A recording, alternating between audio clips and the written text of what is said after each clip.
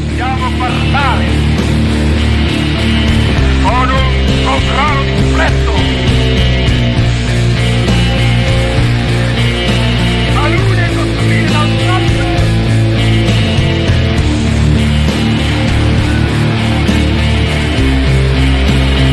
scienze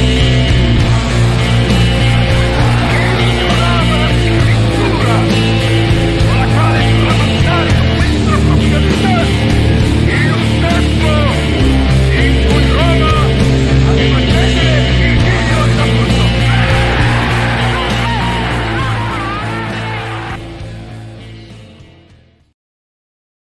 The fascist state, which ruled Italy until 1945, has been the subject of countless interpretive narratives conjured by modern academics and historians. Scholarship, influenced by popular attitudes, remains divided over the respective successes or failures of fascism. But what was the real historical experience of fascist Italy?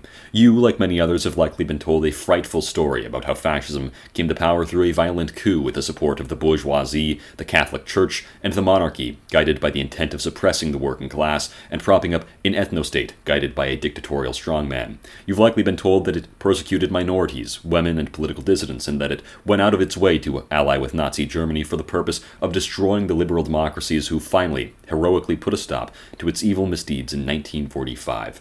But what if this historical narrative was wrong? What if the popular narrative sold in the history books of Western academia were to be a lie?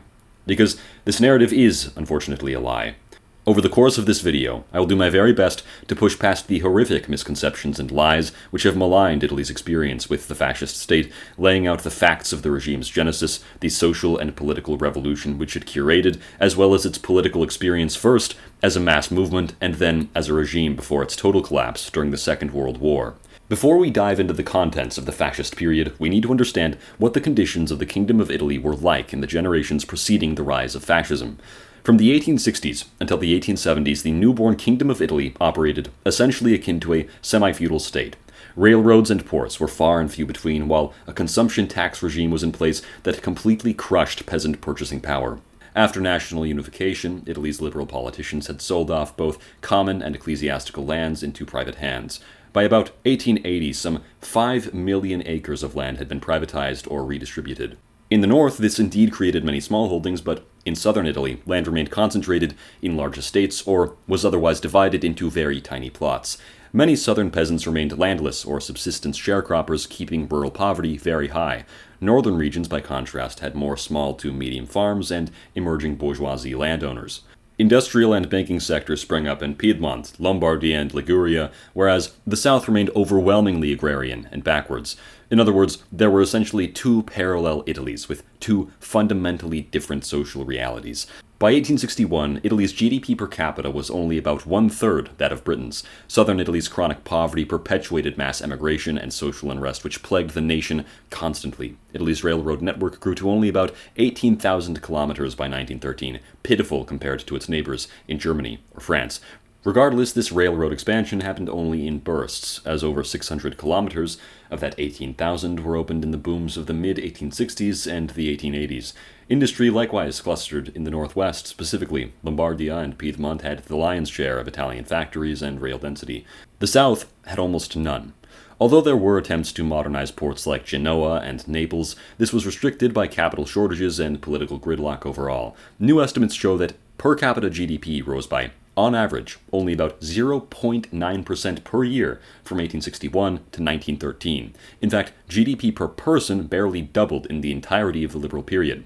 Growth was weakest from 1861 to 1901, and only accelerated to about 1.7% per year in 1901 to 1913.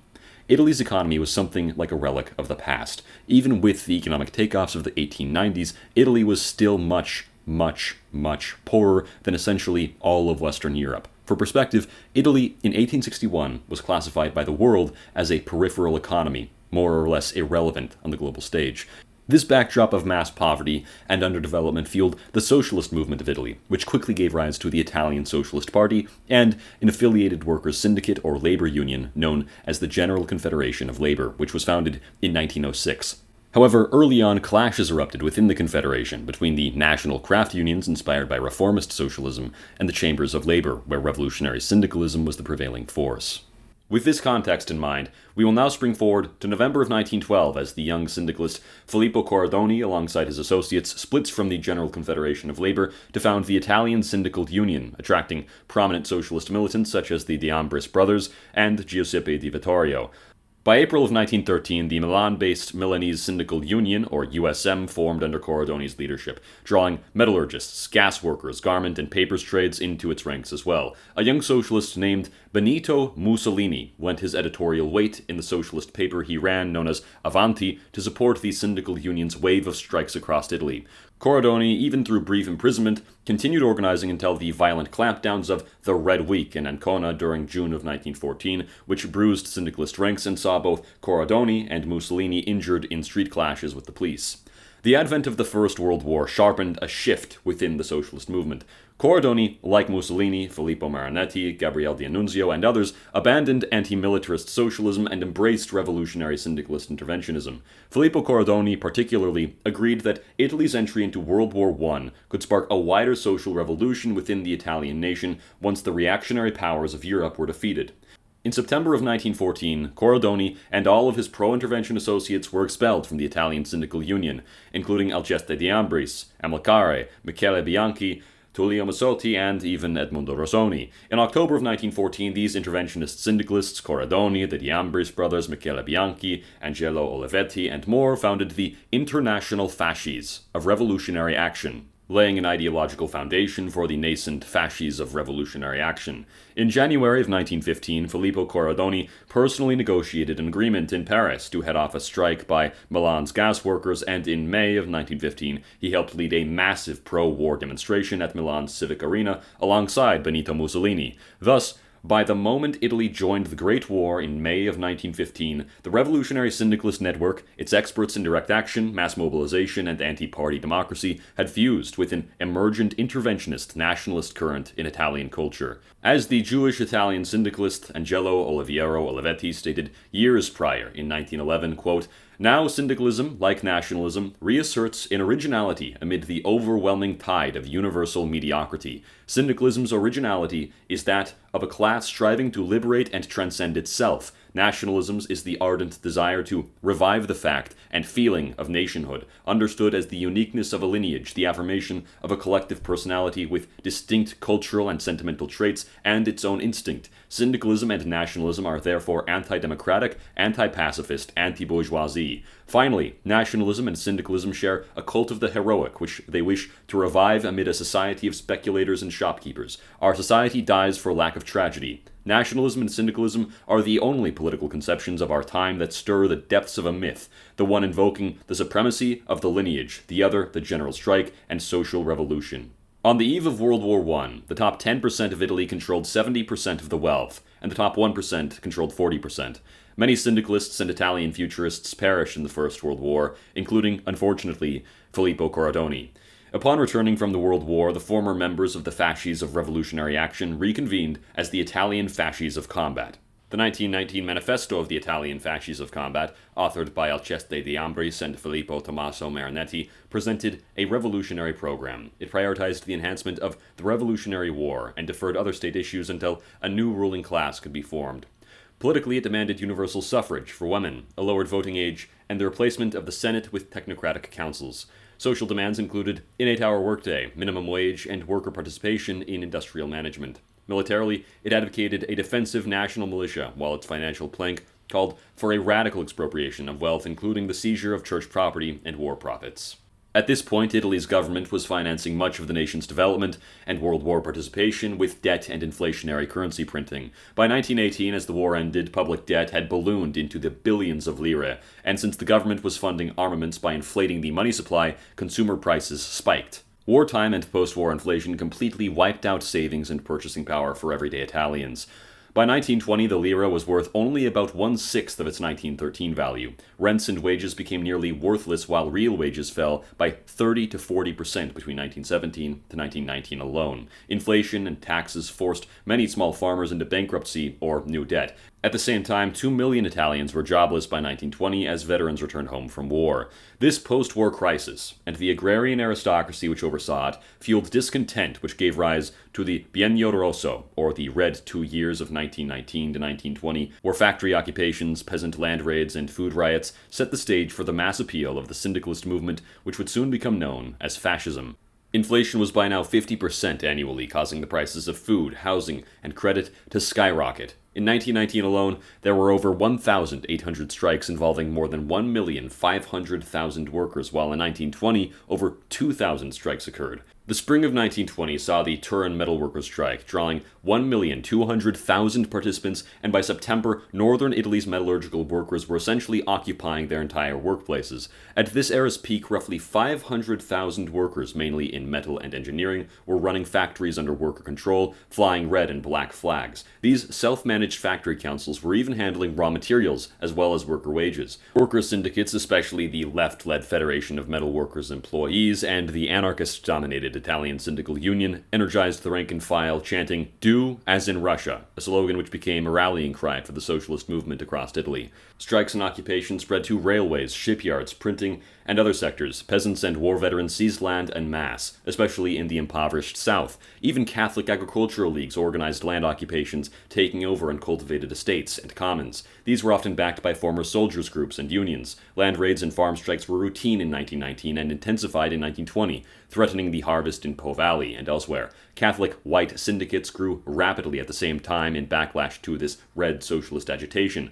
By 1920, Italy's countrysides were in revolt. Fields were occupied and rural order had been broken down in many provinces. Despite the growing influence of Catholic political institutions, in November of 1919, the Italian Socialist Party won 32.4% of the vote, becoming the single largest party in the Kingdom of Italy. Socialist deputies had boycotted Parliament in December of 1919 in protest to the king, while Italian nationalists attacked them at the chamber door. By this time, large-scale open-air clashes were occurring in the city streets between the communists and the newly formed fascist squads of Benito Mussolini's Fascists of Combat, which was now aligned with the futurist movement headed by the avant-garde thinker Filippo Marinetti. In the spring of 1920, following the Second Congress of the Italian Fascists of Combat in May, the movement started aiming to become the organizational reference point for the patriotic and secular middle classes. Secretary Umberto Pasella organized action squads to break Marxist strikes in concert with the Italian Nationalist Association's militia groups, as well as local anti-Bolshevik leagues of the petite bourgeoisie.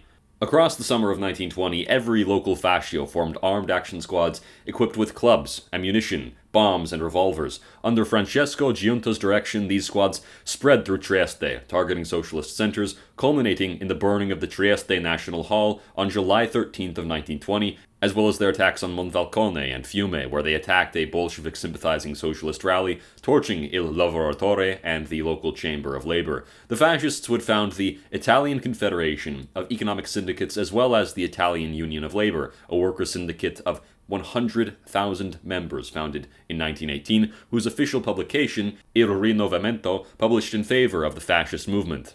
In return, Benito Mussolini supported the Union's occupation of the metallurgical plant Franci I Gregorini at Dalmine. In mid-1920, Italian soldiers began to mutiny. By summer, massive general strikes broke out in regions like Piedmont, Ancona, and Umbria. Both the state and business sector feared the coming of a civil war. Revolution was imminent. In the midst of this crisis, Prime Minister Giolitti finally resorted to force. In March of 1920, the Prime Minister sent 50,000 troops to Turin to suppress the factory occupations. That month, in September of 1920, fascist leader Benito Mussolini began to insist that in occupying the factories, the workers of Italy had in fact undertaken a truly revolutionary action, granting them his support so long as they could maintain production in worker-occupied companies. The episode of revolt ended by September of 1920 when the union leaders finally agreed to evacuate the factories of their occupations in exchange for wage concessions from businessmen. This truce had come only after all sides, Catholics, anarchists, communists, and fascists, had armed themselves and engaged in bloody street fights. In the last 6 months of 1920, Benito Mussolini's Fasci di Combattimento gained 650 new sections.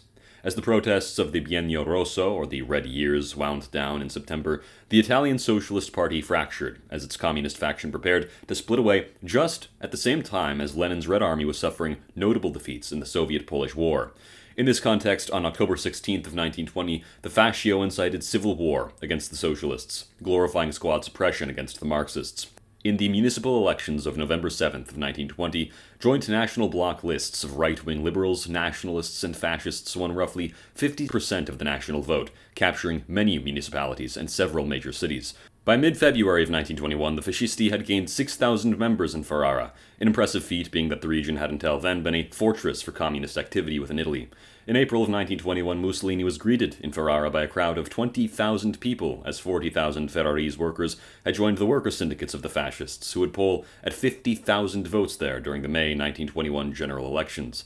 At this point, the fascists had enrolled almost 200,000 members. In the formerly communist-dominated Po Valley, the fascists were now busy at work competing with the long-established socialist and Catholic labor unions very competently, even though the Italian fascist movement itself was no more than 7 years old.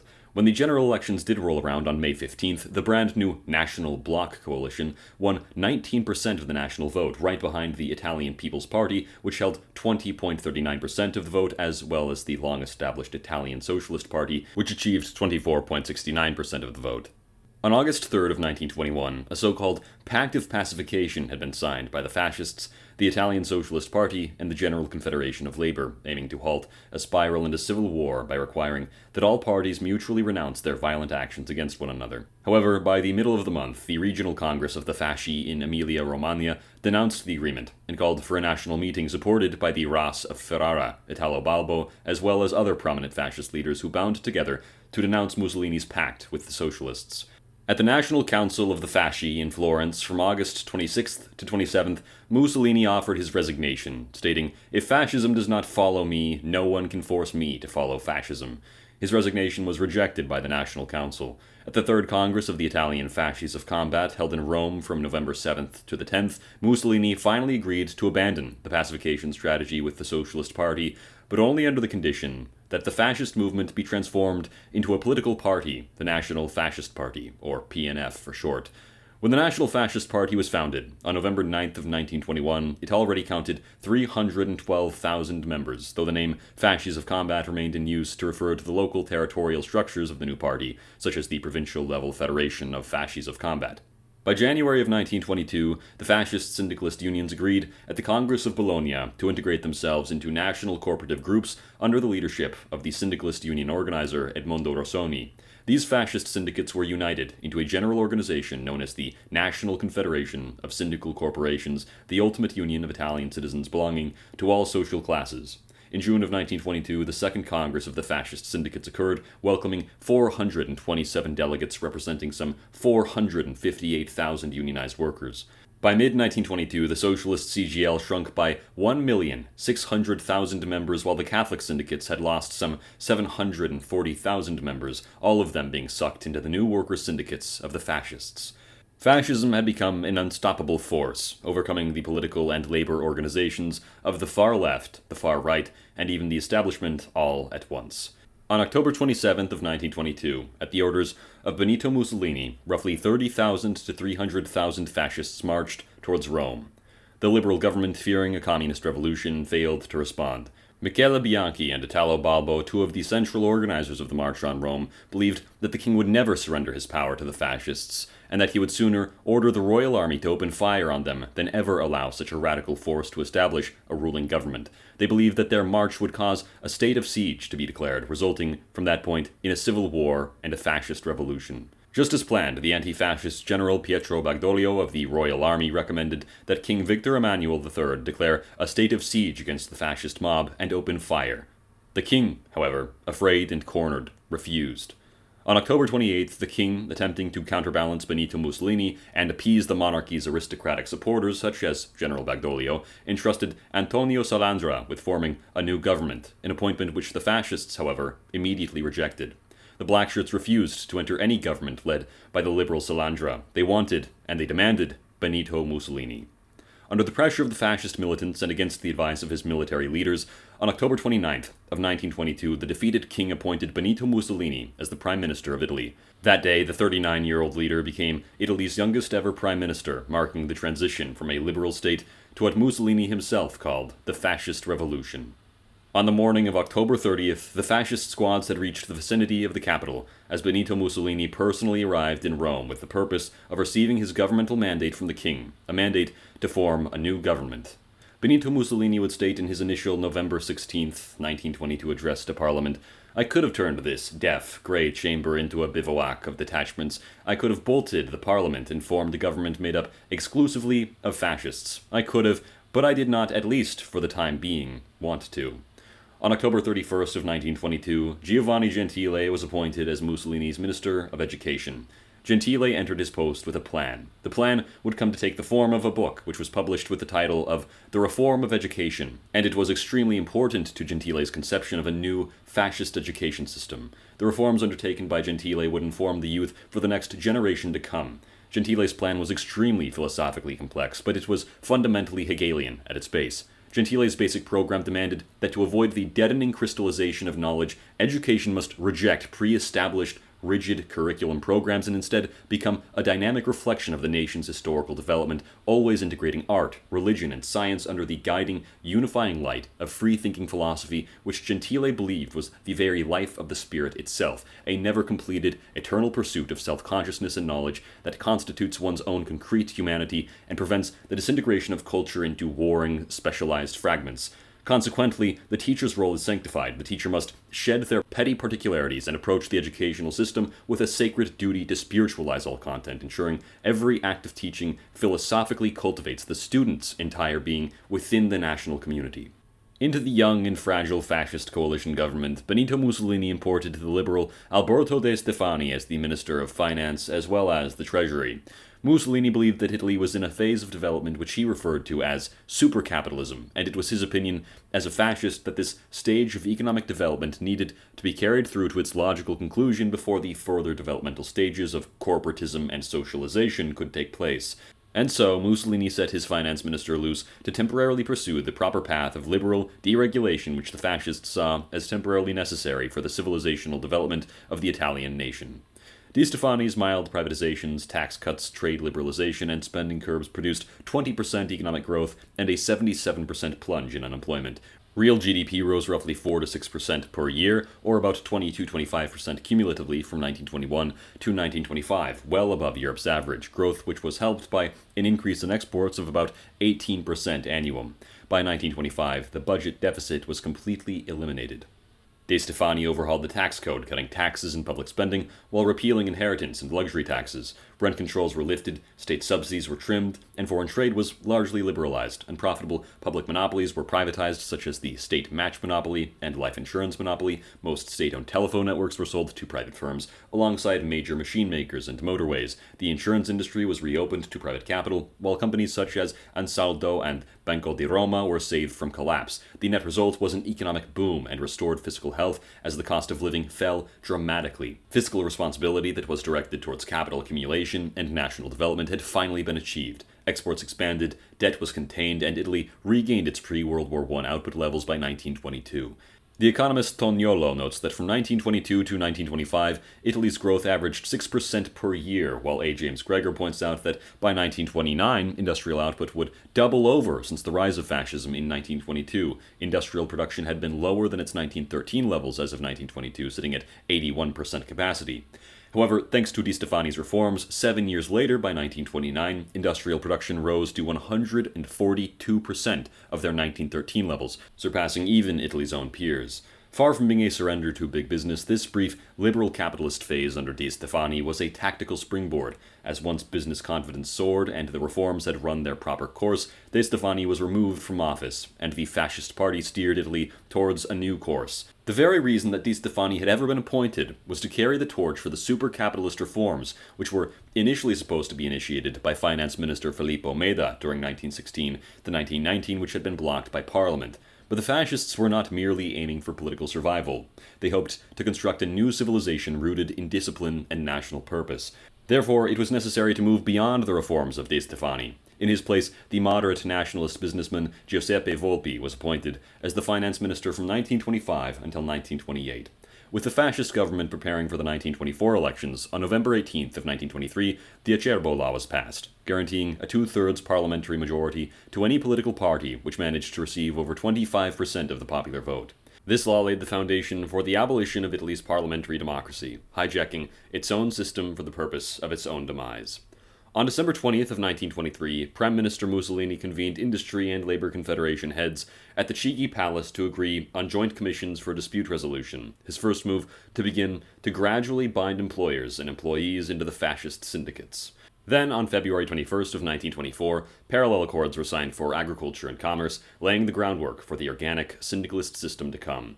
In the 1924 political elections, the fascists' Nationalist triumphed, gaining 64.9% of the vote and demonstrating a decisive mandate from the Italian people for radical political change. The Nationalists' popular victory was translated into total parliamentary control by the Acerbo Law, passed earlier in 1923. The Nationalist was awarded 374 of the 535 seats in the Chamber of Deputies, granting it an unassailable 70% majority. The victory was further cemented by the complete and total collapse and fragmentation of the opposition parties. The Catholic Italian Popular Party garnered a mere 9% of the vote, while all socialist factions combined failed to reach 15%.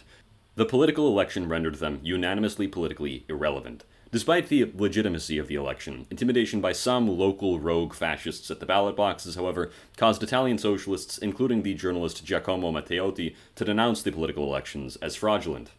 When Giacomo Matteotti was murdered by rogue fascist squads following his condemnation of the 1924 elections, the regime briefly tottered. The hopes which the National Fascist Party had held for an alliance with the Socialist Party of Italy were dashed before their eyes. After the assassination of Matteotti in 1924, a significant shift occurred within the fascist movement. The internal Thermidorian reaction led many within the fascist ranks to distance themselves from the more radical and violent factions of the movement. Mussolini began focusing on discipline, purging the remnants of the old fascist bureaucracy and squadristi, and signaling the official end of the more brutal tactics associated with early fascism. Later, in January of 1925, Mussolini took personal responsibility for Giacomo Matteotti's death, proclaiming, quote, "I declare here, before this assembly and before the entire Italian people, that I assume, I alone, the political, moral, and historical responsibility for everything that has happened. If a few distorted phrases are enough to hang a man, then bring out the stake and the rope. If fascism was nothing but castor oil and truncheons, and not instead a proud passion of the best Italian youth, the blame is mine. If fascism was a criminal organization, then I am the head of this criminal organization. If all of the violence was the result of a certain historical, political, and moral climate, then I take responsibility for that as well, because I created that historical, political, and moral climate with propaganda that goes from the time of intervention until today."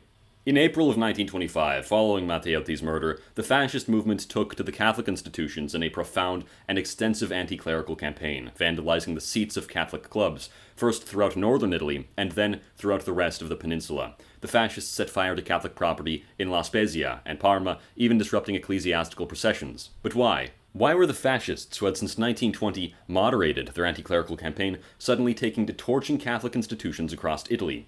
The answer was clear. The fascists demanded that the state be the sole educator of the people.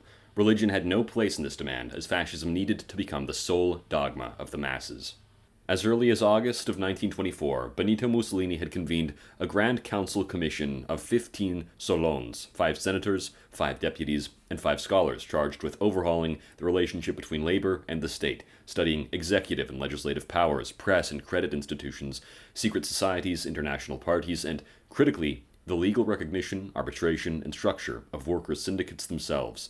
This commission was intended to prepare for the next stage of Italy's development, the institutional rise of the fascist syndicates and the birth of the Corporative state. In July of 1925, the Commission of Solons delivered its final report, a detailed blueprint for Italy's future organic order. It proposed 3 orders of provincial corporative chambers, composed of professional and public employees, agriculture, and finally industry and commerce. Each of these would elect councils and assemblies, which in turn would send delegates to a national corporative council, divided along these same tripartite lines. These bodies would administer labor disputes, craft economic policy recommendations, and form the beating heart of the emerging syndical state. With its legal foundations firmly in place, the fascist government turned to the full construction of a new state, a system in which all economic, professional, and social activity would be organized into state-supervised corporazioni, or syndicates, each representing workers, employers, and cultural institutions. This phase fused the juridical vision of Justice Minister Alfredo Rocco with the practical demands of governance, forging an integrated apparatus designed both to tame class conflict and harness Italy's productive energies for national renewal. Benito Mussolini brokered the Pact of Vidoni Palace in October of 1925.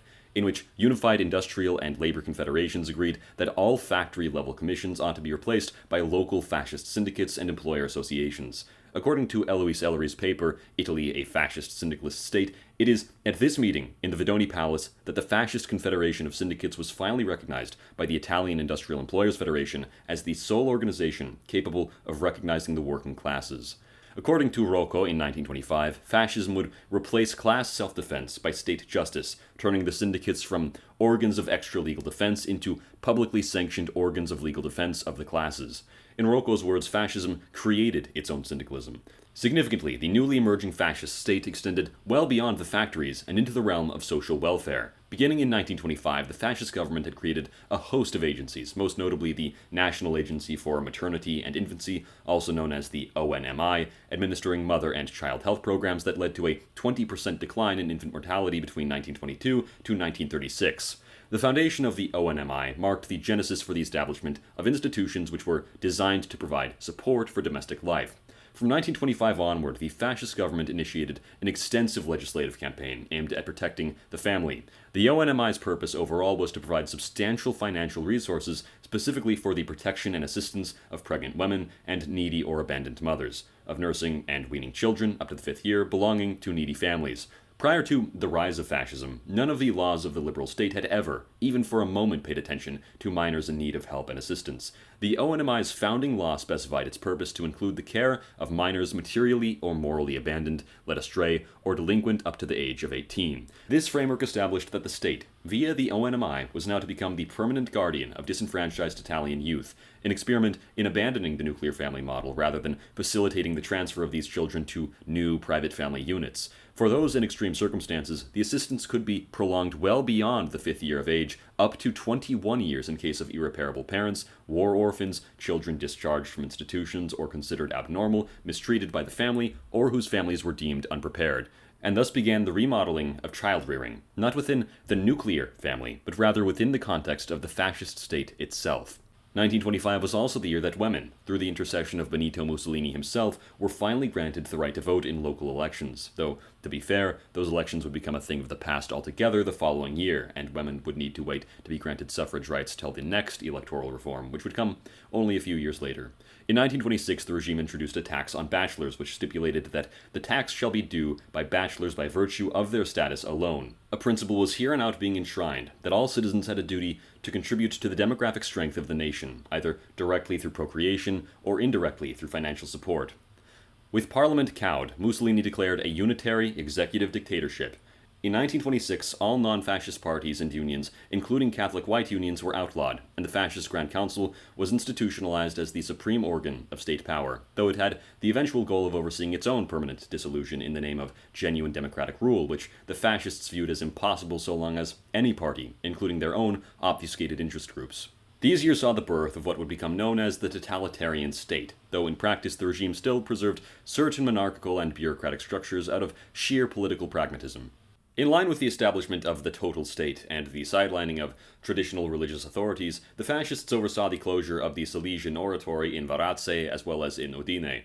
At once, 5 subversive priests were arrested and sentenced to internal exile. Roberto Ferronacci, the conservative leader of the intransigent fascists who had already been on thin ice with Mussolini following Ferronacci's defense of the Matteotti murders, was removed from national politics in March of 1926, soon after a massacre against anti-fascists in Tusca in October of 1925. Prime Minister Mussolini denounced the massacre and telegrammed to Ferronacci the statement, "I do not allow squads of any kind, and I will not admit that the existence of the Grand Council's order of the day be called into question. It was not voted on because my orders are not voted on. They are accepted and carried out without chatter or reservations because the Grand Council is not a little parliament, and in the Grand Council there has never, I say never, been any kind of voting. My order is clear. All squadrist formations, beginning with the Black Corsairs of the overtly talkative Castelli, will be dissolved at any cost. I say at any cost. It is high time to make the necessary separation. Fascists with fascists, criminals with criminals, profiteers with profiteers, and above all, we must practice moral intransigence. I say moral." On March 30th of 1926, Ferronacci was removed from his post as secretary of the National Fascist Party. Earlier in the year, on January 18th of 1926, Edmondo Rossoni would state at the Congress of Fascist Intellectual Unions, "Syndicalism must be national, but it cannot be national halfway. It must include capital and labor, and replace the old term proletariat with that of worker, and the other, master, with the word dirigente, leader or manager, which is higher, more intellectual, greater." On this basis, the fascist government would take a new turn towards syndicalist structural reform. Building on Vidoni and Rocco's 1925-26 laws, the April 3, 1926 decree, number 563, titled Legal Discipline of Collective Labor Relations, formally recognized only worker syndicates that enrolled 10% or more of a trade's workers, provided educational or benefit functions, and proved capacity, morality, and national loyalty. The decree set up a monopoly of one legal syndicate per industry financed by mandatory union fees, empowered courts of appeal as labor tribunals with magistrates plus 2 expert economic judges, and outlawed strikes as well as employer lockouts under heavy fines per Article 18.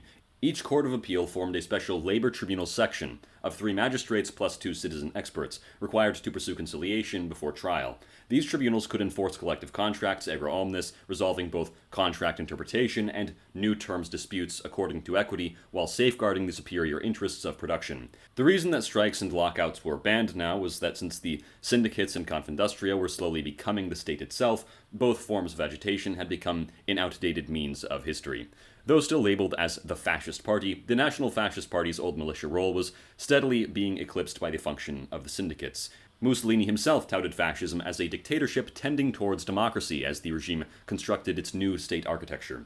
By October of 1926, the regime had formally unified all Italian workers and employers into the syndicates. That year, the fascist government decreed the National Council of Corporations, the thinking brain of Italy's economy, intended to bring together syndical representatives, employers, party officials, and technical experts. In 1926, Alfredo Rocco presented his own treatise titled The Political Doctrine of Fascism. Within it, he presented fascism as the complete antithesis of liberal democratic and socialist theories, which he collectively condemns as atomistic for prioritizing particular individual interests over the national good. In contrast, according to Rocco, fascism offers an organic and historic conception of the state, viewing it as an eternal entity that transcends the lives of its current citizens, encompassing the past, the present, and even future generations. This political doctrine asserts that the development of the nation-state is the ultimate end in and of itself, with the individual serving as the means to the nation-state's historical and imminent ends of preservation, expansion, and improvement. Consequently, fascism inverts the liberal democratic formula from society for the individual to individuals for society, establishing the preeminence of the duty of the individual to the nation-state over any individual rights, rights which are only recognized insofar as they align with the rights and needs of the nation-state. According to Rocco, liberty and economic freedom are tolerated as useful methods only so long as they serve society, not as absolute principles, but as tools for the achievement of prosperity. Fascism rejects socialism's collectivism for destroying incentives and capital. According to Rocco, class conflict must be ended by state-administered justice and corporatist syndicates that legally represent and discipline class interests. Rooting itself in Roman tradition and Italian intellectuals such as Vico, Machiavelli, and Mazzini, Rocco presents fascism as a corrective to 2 centuries of liberal individualism and as a project of cultural and intellectual renewal to restore state unity and national purpose. As the rest of the world grappled with currency problems, Mussolini ordered the battle for the lira in 1926-27 to restore confidence in the national currency. This Quota 90 campaign, as it was called, revalued the lira to 90 to 1 GBP by June of 1927, shoring up currency confidence even at the cost of export competitiveness. Through tight fiscal discipline, gold purchases, and market intervention, the regime repegged the Italian lira at 90 to the British pound, a potent achievement that calmed inflation and bolstered Italy's national pride.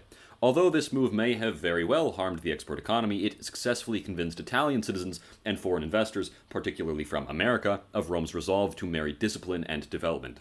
And one should note that despite the fact that the battle for the lira harmed Italy's private exporters, this was more or less irrelevant to the fascist government because their goal was never to maximize profits via running an export-based economy. Their goal was to push for a self-sufficient economy, which meant neither relying on exports nor on imports. It's towards this end which the revaluation of the lira most definitely helped. In 1927, the Fascist State's Charter of Labor was established, a cohesive labor law which was modeled on the 1920 Charter of Carnero, written by the syndicalist Alcesti de Ambris as well as Gabriele D'Annunzio.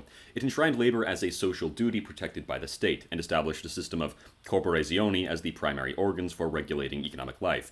Collective contracts, negotiated under the supervision of higher-level professional associations, were made binding and had to cover wages, hours, probation, disciplinary rules, as well as holiday and rest periods. Disputes had to be submitted to labor conciliation bodies before any court action. A special labor court, the Magistracy of Labor, was charged with enforcing agreements and, when necessary, setting new conditions. Corporazioni could issue binding regulations and intervene directly in labor relations. Private companies remained the state's preferred engine of growth, with the government reserving intervention only for cases of public interest. Expansive social insurance, paid vacations, severance pay, job security, and access to placement and vocational services completed this framework. From 1927 until 1929, a comprehensive ideological framework began to be articulated, first envisioned by the Italian futurists, that would guide all subsequent family policies, transforming demographic growth from a social concern into an absolute priority of the state.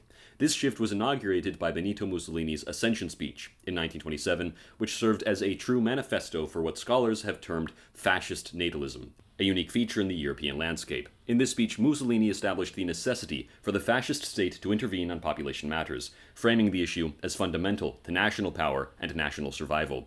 He explicitly stated his intention to use state power to modify private behavior, declaring that he prepared laws on maternity and taxes on bachelors, not so much for the revenue, but to give a demographic kick to the nation.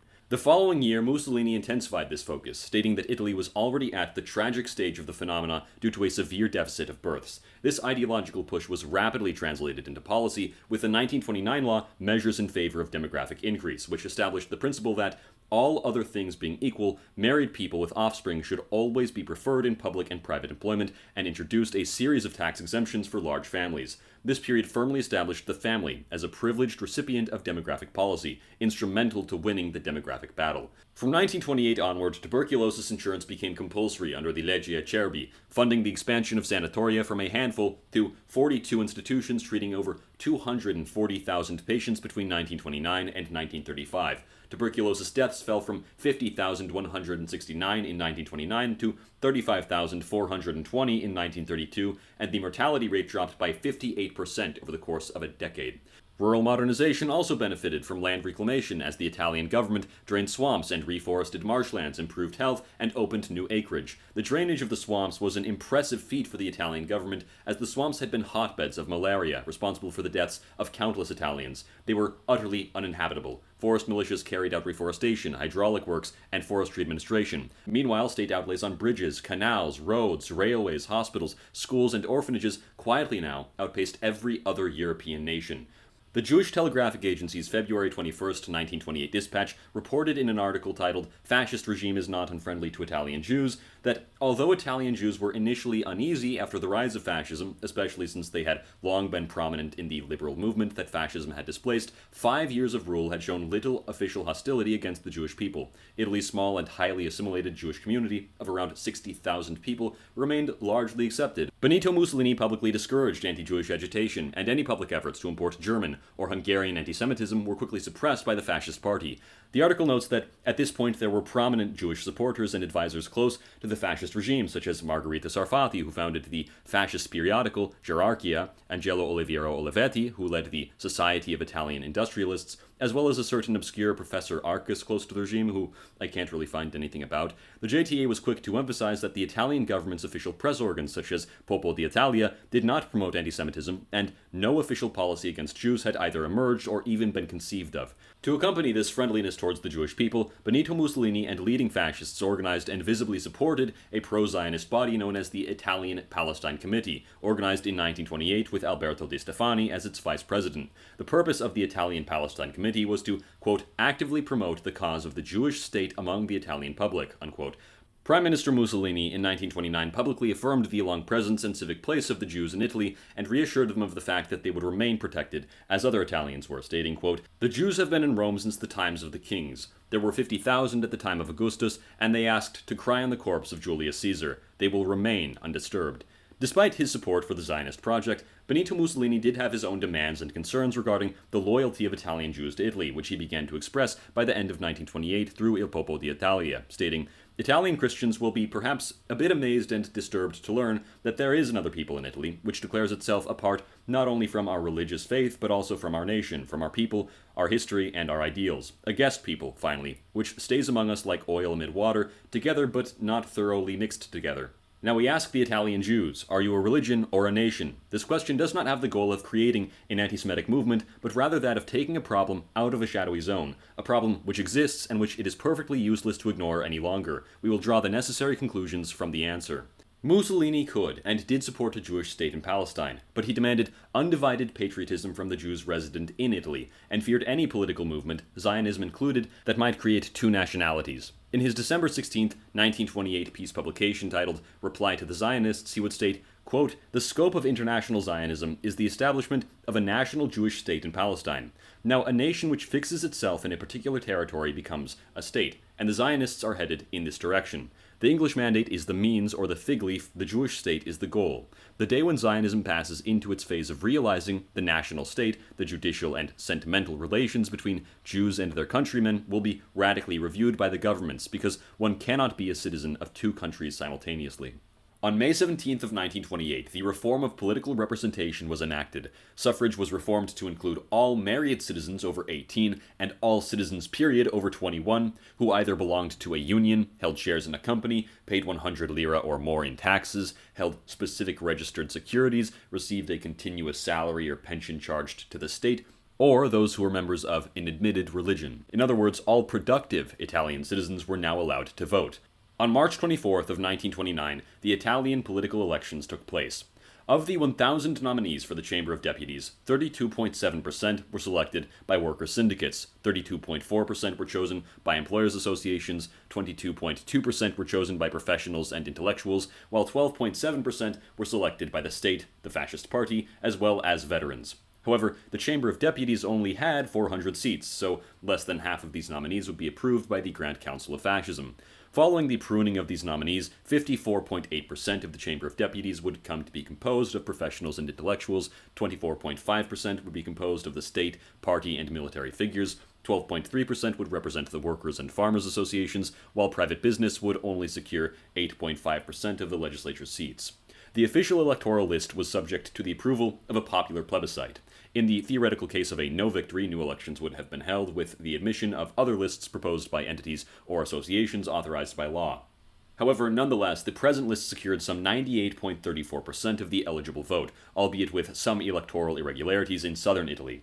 Within Venezia Tridentina, 6.5% of the population voted against the regime, a nationwide high. Lombardy and Liguria voted against the plebiscite by 3.06 and 3.82% respectively. While 98.34% approval may seem like a lot, it's not unheard of within European history. Norway's dissolution of the union with Sweden was approved in 1905 with 99.5% of the popular vote. Ireland's Sixth Amendment of the Constitution in 1979 was approved of with 99% of the vote, and the draft Basque Statute of Autonomy was secured with 97% of the vote. This election was simply another referendum of approval, as the prior events mentioned were as well. But even in standard liberal elections, though such unanimous results are indeed uncommon, they do exist in the annals of history. Within the 1968 Cypriot presidential election, Makarios III secured 96.26% of the popular vote in an internationally observed election. United States President James Monroe won 99.6% of the electoral vote and 78.3% of the popular vote in 1820. Jacques Chirac in 2002 won 82.21% of the French national vote. Near unanimous supermajorities don't happen often, but they do happen, and it's important to acknowledge when they do, instead of making conspiracy theories because a government happened to be more popular than you would like to admit. Obviously, the fascist government didn't have the support of 98.34% of Italy. That's not the claim that's being made here. Only about 89.86% of registered voters turned out to vote on election day, so clearly not all Italians voted, with many choosing to abstain out of political protest or general disinterest, but the 1929 elections clearly showed that the fascist movement had derived a broad popular mandate from the Italian people. In 1929, Benito Mussolini harnessed the political capital of his alliance with the Futurist movement, appointing its founder, Filippo Marinetti, to the Academy of Italy. The same year, Marinetti and his fellow Futurists launched the Aeropictura, or airplane painting movement. Over the previous years of 1922 to 1928, the regime had supported the ethos of futurism through its sponsorship of large-scale urban projects and new towns inspired by futurist prescriptions. In 1922 to 1928, a Turin exhibition of neo-futurist architecture explicitly set out to propose the art of the new fascist state. Organizers hailed how futurist architecture becomes the interpreter of modern life, breaking from traditional European architecture through concrete, iron, and other modern materials to overcome historic styles. Fascist planners had instituted massive demolitions of old quarters to open wide boulevards such as Rome's Road of the Conciliation, as they favored the construction of monumental buildings. Fascist urbanism had implemented the futurist visions of architects such as Antonio Centella through its sprawling rational layouts, vast public squares, highways, and ports, utilizing technology-driven modernization. Architects like Giovanni Michelucci, Luigi Piccinato, and others who had supported the vision of futurists like Centella during the 1910s worked on these state projects, finally giving form to the visionary art of Italian futurism. On February 11th of 1929, the fascist government signed the Lateran Pacts with the Vatican, attempting to bring the Church under the submission of the state whilst not upsetting Italy's dominantly Catholic population. However, the treaty, in the end, satisfied none of the parties involved. Already from the start, the relationship between the fascist state and the Holy See had been tense, with Mussolini having been, until 1920, a staunchly anti-clerical figure. As Mario Misseroli notes, relations were never excellent, even during the negotiations, and immediately after the conclusion of the agreements. The earlier talks unfolded in a polemical atmosphere. The Pope repeatedly threatened to throw everything up in the air. The King, a fervent anti-clerical, resisted conceding even a piece of Rome to the Vatican, and Mussolini, when faced with questions extremely delicate and directly touching the Church, behaved as if those negotiations did not even exist. While official treaty language promised peace, the underlying hostility, the fascists' deep-seated anti-clericalism, and the Church's equally determined resistance to fascist encroachment on spiritual life remained latent and very, very combustible. The Origins and Doctrine of Fascism, written by Giovanni Gentile, was published in 1929. According to Gentile, fascism is both a practical action and an immanent doctrine, arising from historical forces to form an organic conception of the world. It is fundamentally spiritualistic, rejecting materialistic positivism and defining the individual's value through their abnegation and integration into the nation, its traditions, and a higher ethical law embodied by the state. This leads to a totalitarian worldview where the state is the ultimate reality, subsuming all individual and group interests, be they class or party, into its unitary will. Fascism is thus both anti-liberal and anti-socialist, advocating instead for a qualitative democracy where the nation's will is manifested and guided by a central consciousness. But what was the nation to Gentile?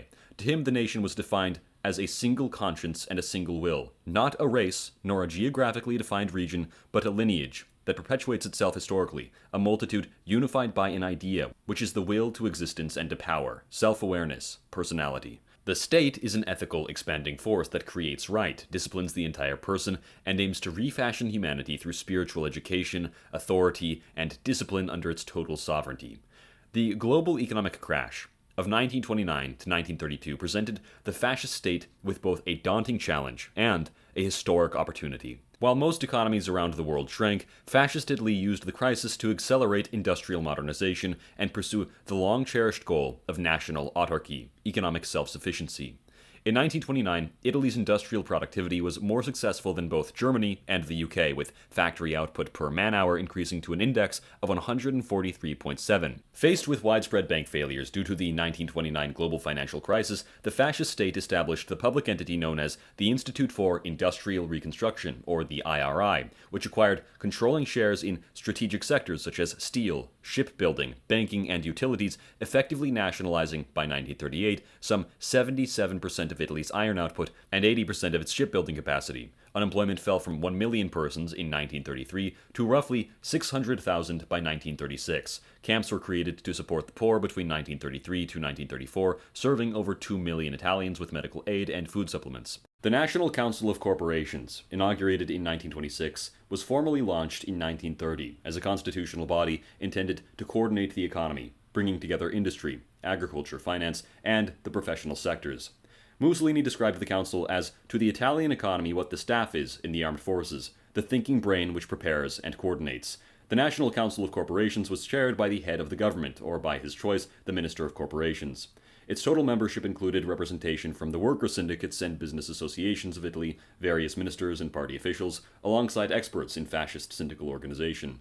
The council was divided into 7 sections: liberal and professional arts, industry and craftsmanship, agriculture, commerce, internal communications, maritime and air transport, and finally credit and insurance. It was further composed by permanent special commissions, a central corporative committee headed solely by the party, syndical and business associations, and finally the General Assembly. The National Council of Corporations, though primarily an advisory body on paper, was granted permission to set the rates for professional services and issue professional regulations with mandatory effect for all members of a given economic category. It was also responsible for forming rules for coordinating welfare activities, the regulation of collective agreements in labor relations, and formulating rules for relations between the 7 categories present on the National Council of Corporations. On April 21st of 1930, Benito Mussolini commented, stating, quote, "It is in the corporation that fascist syndicalism indeed finds its goal. Syndicalism of every school has a course that could be called common, save the methods. It begins with the education of individuals to associative life. It continues with the stipulation of collective agreements. It implements mutual or welfare solidarity. It perfects professional skill. But while socialist syndicalism, by the path of class struggle, ends on the political ground with a final program of suppressing private property and individual initiative, fascist syndicalism, through class collaboration, leads to the corporation, which that collaboration must render systematic and harmonic, safeguarding property, but elevating it to a social function, respecting individual initiative, but within the life and economy of the nation. Syndicalism cannot be an end in itself. It either exhausts itself in political socialism or in the fascist corporation. Only in the corporation is the economic unity in its various elements realized: capital, labor, technique. Only through the corporation, through the collaboration of all forces converging to a single end, is the vitality of syndicalism ensured. In February of 1931, Professor Giorgio Del Vecchio, former rector of Rome University and editor of the International Journal of Law Philosophy, was appointed to the Fascist Party Directorate.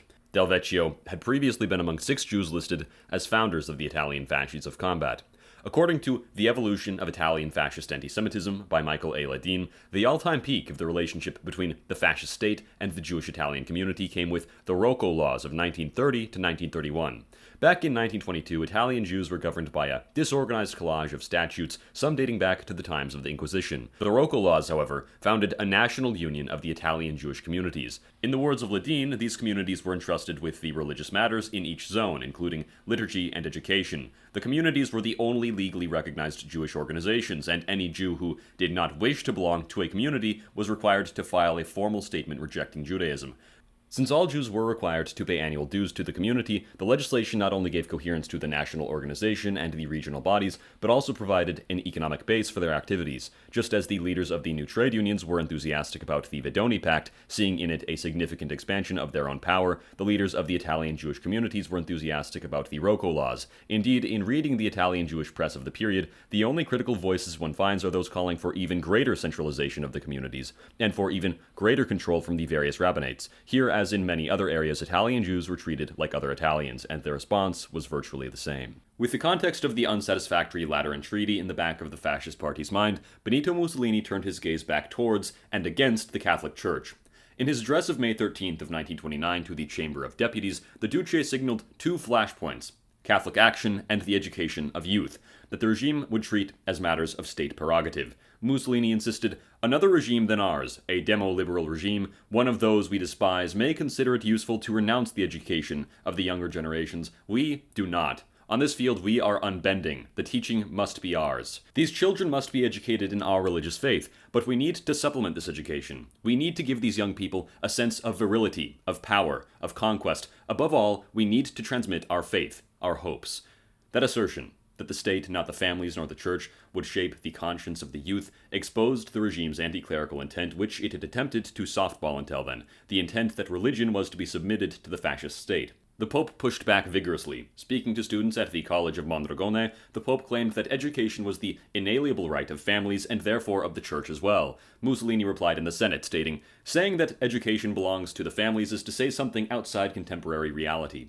The modern family, beset by economic necessities, daily harassed by the struggles for life, cannot educate anyone. Only the state, with its means of every kind, can discharge this task. I add that only the state can also give the necessary religious instruction, integrating it with the whole range of other disciplines. What then is the education that we claim in a totalizing manner? The education of the citizen. Framed this way, education became a battlefield where the fascist state sought to replace church formation with its own. Catholic Action, the church's lay apparatus for social and spiritual outreach, became a particular target of the fascist state. In Mussolini's own words, quote, "There is no doubt that after the Lateran Concordat, not all the voices that rose in the Catholic field were in tune. One must, therefore, determine the boundaries between those matters that overlap. Besides, the struggle between the church and the state is millennial. Either the emperor dominates the pope, or the pope dominates the emperor. The Catholic associations had become residual anti-fascists, and their autonomous social work, too, had evolved into a political threat. On March 31st of 1931, Il Lavoro Fascista reported of Catholic youth efforts to form independent labor secretariats and workers' associations. By April 2nd, Il Lavoro Fascista was publicizing the call of Monsignor Pizzardo, who had demanded Catholics attend to labor problems. The fascist government soon realized that these initiatives were an attempt to revive an autonomous Catholic public sphere. Within weeks, political authorities began to attack Catholic Action groups. The Directorate of the National Fascist Party, meeting under Mussolini on June 9th of 1931, issued an uncompromising resolution. Quote, "The Directorate, in bringing its examination to recent polemics aroused by the documented, covertly or openly hostile attitude of some sectors of Catholic Action, while affirming its deep and unchanging respect for the Catholic religion, its supreme head, its ministers, its temples, declares most explicitly that it is firmly resolved not to tolerate that under any banner, old or new, the residual anti-fascism hitherto spared should find refuge or protection. Orders the leaders of the 9,000 fasci of Italy to inspire their action by these directives, reminding them that those fallen for the revolution demand that it be defended inflexibly against anyone and at any cost." The Holy See answered with force. In early July, L'Osservatore Romano published the encyclical Non abbiamo bisogno, dated July 29th, an encyclical which catalogued mounting grievances and the See's own sharp judgments against fascist doctrine and spirit itself. Pope Pius accused the regime of ingratitude and of allowing former socialists and Freemasons to re-emerge under the fascist state, stating, "We can, we, the Church, religion, faithful Catholics, and not only we, be grateful to those who, after having driven out socialism, Freemasonry, our declared enemies, and not only ours, have so largely readmitted them, as all see and deplore, made them stronger and more dangerous and harmful by being the more disguised and at the same time favored by the new uniform." The Pope then declared the fascist formula of oath-taking to be morally impermissible, stating, "At this point you ask us, venerable brothers, what to think and judge in the light of the foregoing about a formula of oath which also imposes on boys and girls the obligation to execute without discussion orders which, as we have seen and experienced, can command against every truth and justice the tampering with the rights of the Church and of souls. Such an oath, as it stands, is not lawful." On July 9th, the party secretary issued a circular stating, "Having taken orders from the HE, the head of government, and Duce of Fascism, compatibility between membership in the fascist party and membership in associations dependent on Catholic Action is revoked."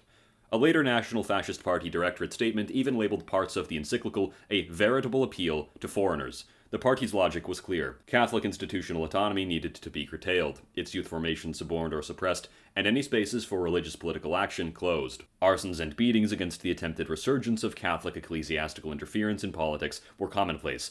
Former members of the Catholic Italian People's Party were purged alongside the Catholic press of Italy, while the head of the Roman Federation of the CGI, Emilio Traglia, was accused of anti-fascism, fleeing to take refuge in the Vatican. By late August of 1931, secret talks between the Fascist Party and the Vatican smoothed the crisis over. The official bulletin from the Stefani Agency on September 2nd announced that the exclusively apolitical, religious character of Catholic Action would be reaffirmed. Local Catholic Action associations would carry the national flag, abandon trade union tasks, and give up athletic competitions. Youth circles would adopt membership cards and insignia strictly corresponding to their religious purpose. The Pope accepted the restored equilibrium with relief. In the allocution of December 24th, he spoke of restored peace, and on January 9th of 1932, he conferred the Order of the Golden Spur on Mussolini. On February 11th, Mussolini made a long private visit to the Pope. Yet, the episode of 1931 left the essential antagonism intact. The fascists had demonstrated an institutional anticlericalism, a drive to nationalize youth, to suppress clerical organizations, to subordinate religious life to the party, while the Church had shown itself ready to even assume an anti-fascist posture in defense of religious values, clerical autonomy, and the family's right to private education. In 1932, The Doctrine of Fascism was published, written by Benito Mussolini and building off of the 1929 Origins and Doctrine of Fascism, written by Giovanni Gentile. Mussolini's 1932 version of the doctrine argues that fascism didn't begin as a preconceived doctrine, but sprang from the well of socialism. Within it, Mussolini recounts his trajectory from his action as a socialist from 1903 until 1914, as well as his founding of the Fasci in January of 1915. He recounts convening the veterans in March of 1919 and launching a movement born of action rather than of a prior program, influenced by French syndicalists and thinkers such as Georges Sorel, Hubert Lagardelle, and Charles Peguy, as well as Italians such as Angelo Oliviero Olivetti, Paolo Orano, and Enrico Leone, embodied in the Popò d'Italia's subtitle, Combatants and Producers. In those early years, fascism was an anti-party, action-driven force that merely proposed corporative and national syndical demands. It was only later, through struggle, punitive expeditions, and the contingencies of politics that it was crystallized into doctrinal positions which became codified in laws and institutions in the mid to late 1920s. However, Benito Mussolini stressed that faith and sacrifice, not abstract system-building, forged fascist thought. Its foundations were laid amid combat and martyrdom, producing a perspective that claims a distinct, coherent stance on the era's central problems. Doctrinally, fascism rejects pacifism, valuing war and heroic sacrifice as the highest test of a people. It promotes a combative ethic that treats life as duty and conquest. It rejects Karl Marx's historical materialism and the primacy of class struggle, insisting that moral, spiritual, and heroic factors shape history just as much as economic and material forces do, and it repudiates the socialist promise of automatic material happiness. To fascism, monarchy versus republicanism was at this point secondary. What mattered most was the development of an organized, centralized, authoritative form of democracy that elevates an ethical state. Against liberalism's 19th century claims, Mussolini contends that the age of laissez-faire capitalism gave way to unrest and crisis, so the modern state must intervene to resolve capitalist contradictions. Mussolini presents the fascist state as an ethical and spiritual fact that educates citizens, harmonizes interests, transmits national culture, secures internal and external order, and extends into the economy through corporative institutions so that the millions who recognize and serve the state form its broad base. The individual is not erased, but multiplied within a disciplined organic whole that preserves essential freedom while curtailing what are judged harmful liberties. The state respects and protects religion, rejects Bolshevik attempts to erase faith, and claims an imperial impulse as evidence of national vitality, requiring discipline, coordination, and sacrifice. The doctrine of fascism shows what Mussolini believed fascism to be, namely a practical, action-born doctrine that appropriates the useful elements of the ideologies of old, rejects their bankrupt abstractions, elevates the state to an ethical absolute, charged with remaking society, and touts the movement's faith, martyrs, and institutional achievements as proof of its claim to be the defining doctrine of the century. In a June 22, 1932 interview with Emil Ludwig, later published in Mussolini's Conversations with Emil Ludwig, Benito Mussolini rejected racial purity as a myth, declaring, "Of course there are no longer any pure races. Not even the Jews have remained unmixed. Race is a sentiment, not a reality. 95% is sentiment." He mocked the idea of a Germanic race, noting that its main theorists were not even German, and rejected the notion that fascism could fall into similar racial obsessions, stating, "National pride does not require racial delirium." When Ludwig suggested that this was the best proof against anti-Semitism, Mussolini responded, stating, "Anti-Semitism does not exist in Italy. Jewish Italians have always been good citizens and brave soldiers," pointing out their prominence in universities, the army, and finance, including figures such as General Modena. Reflecting on Germany's plight, Mussolini added, "Yes, the scapegoats," recognizing that Jews were used as convenient targets of blame in times of crises. Then, in a conversation with the journalist Indro Montanelli that same year, Benito Mussolini would praise the journalist for an anti-racist article he had written, reportedly stating, "You did very well to write that article. Racism is for the blondes." On June 30th of 1932, the first stone was laid of the town of Litoria, today known as Latina, one of many towns made by the fascist government in a period of just months. In only 171 days, by December 18th of that same year, the town was ready for its public debut. Mussolini was welcomed in the square while the last balcony tiles were being fixed at the 11th hour. The urban plan, drawn almost on the spot by the architect Oriolo Frazotti, provided a central square with the regime's main buildings, Town Hall, Casa del Vascio, Casa del Balilla, a church, and even MVSN barracks opening onto that forum. Litoria would be one of many grand and expansive towns to be rapidly designed by the fascist state on the scale of mere months. In 1932, the regime created the IMI to extend low-interest credit for industrial investment. Such parastatal works and agencies preserved industrial continuity, safeguarded employment, and implemented massive rationalization programs, merging underperforming private firms, standardizing processes, etc. The result was a resilient industrial network, capable of weathering the Great Depression more successfully than a large portion of Italy's Western counterparts. By 1933, the regime's paperwork counted 19,676 associations described as cooperatives, with a membership of about 1,557,180, an average of a little less than 80 members per single association. the composition was mixed. About 3,338 distributive or consumer cooperatives, about 3,000 credit cooperatives, about 1,269 worker cooperatives, 764 housing cooperatives, about 4,305 agricultural cooperatives, and about 7,000 other types. Fishermen's cooperatives were smaller but visible. By 1937, there were still about 106 fishermen's associations with about 15,000 members. In 1934, the National Council of Corporations was largely supplanted by the far more effective Central Corporative Committee, which, entrusted with regulating national pricing, was also tasked with ensuring the regular management of the economy and collaborating in drafting the various economic plans of Italy's corporazioni. In May of 1934, Mussolini decreed that liberal capitalism was obsolete and that Italy must achieve, quote, the maximum degree of economic independence compatible with our resources. This battle for autarky targeted important sectors such as fossil fuels, coal, chemicals, steel, and foodstuffs. The regime launched research programs in synthetic fuel, such as through the hydrogenation of lignite, alcohol distillation from beets, and synthetic rubber at the new Institute for the Study of Synthetic Rubber. At the same time, the state absorbed or regulated coal and hydroelectric power, expanding output to electrify industry as well as the rail network. It also absorbed metallurgy and shipbuilding, which was key to Italy's military and commercial ambitions. On the other hand, domestic grain and olive oil production were subsidized to reduce Italy's reliance on imports. Because of these sweeping interventions, Italy's industrial resurgence was extraordinary. By 1937, industrial output had not only recovered but surged to an index of 153.8, with 1913 representing a base level of 100. This index fares extremely well when compared with an index level of 132.9 in 1929, outpacing France and rivaling Germany and Britain. Output per worker climbed dramatically with a 1913 base level of 100 compared with an index of 145.2 by 1938. This is despite the fact that Italy's admittedly cheap labor and still existent business cartels would have or should have been thought to have dissuaded innovation. State investment in mechanization, electrical infrastructure, and factory modernization were the driving factors which underpinned these gains. In steel and iron, IRI-backed consolidation raised national production by 80% within 5 years. Under the IRI, Italy's yards leapt from minor second-tier status to third place globally by 1938.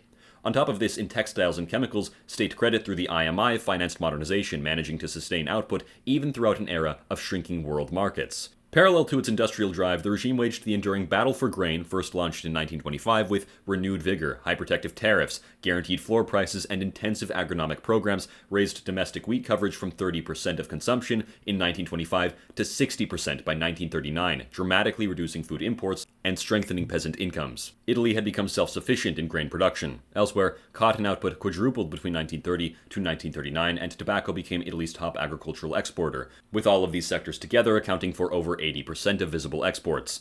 The regime aggressively pursued transportation records. In 1939, it set a world railway speed record of 203 kilometers per hour. To sustain a growing workforce, Fascist Italy vastly expanded social insurance. In its 20 years' reign over Italy, fascism achieved wonders never before seen in its history of education, housing, food assistance, etc. The anti-fascist German conservative Carl Schmitt stated in 1939, quote, "Formally, indeed, the organization of social services is impressive. All workers are entitled to insurance benefits in the event of industrial diseases and accidents, to old age and invalidity pensions, and to insurance against tuberculosis. A substantial number are insured against unemployment. Small supplements to the wages of laborers with large families have also been introduced. Furthermore, the government has fostered a number of social welfare institutions. The most important of these is the Dopolavoro, or Leisure Time Institute, which provides its members with admirable opportunities for education, sport, and recreation. By 1938, it had more than 3 million members. Fascist youth, maternity, and infancy organizations are said also to have made material additions to the well-being of workers. Maternity and child welfare programs under the ONMI reduced infant mortality by over 20% between 1922 to 36, as has been covered previously.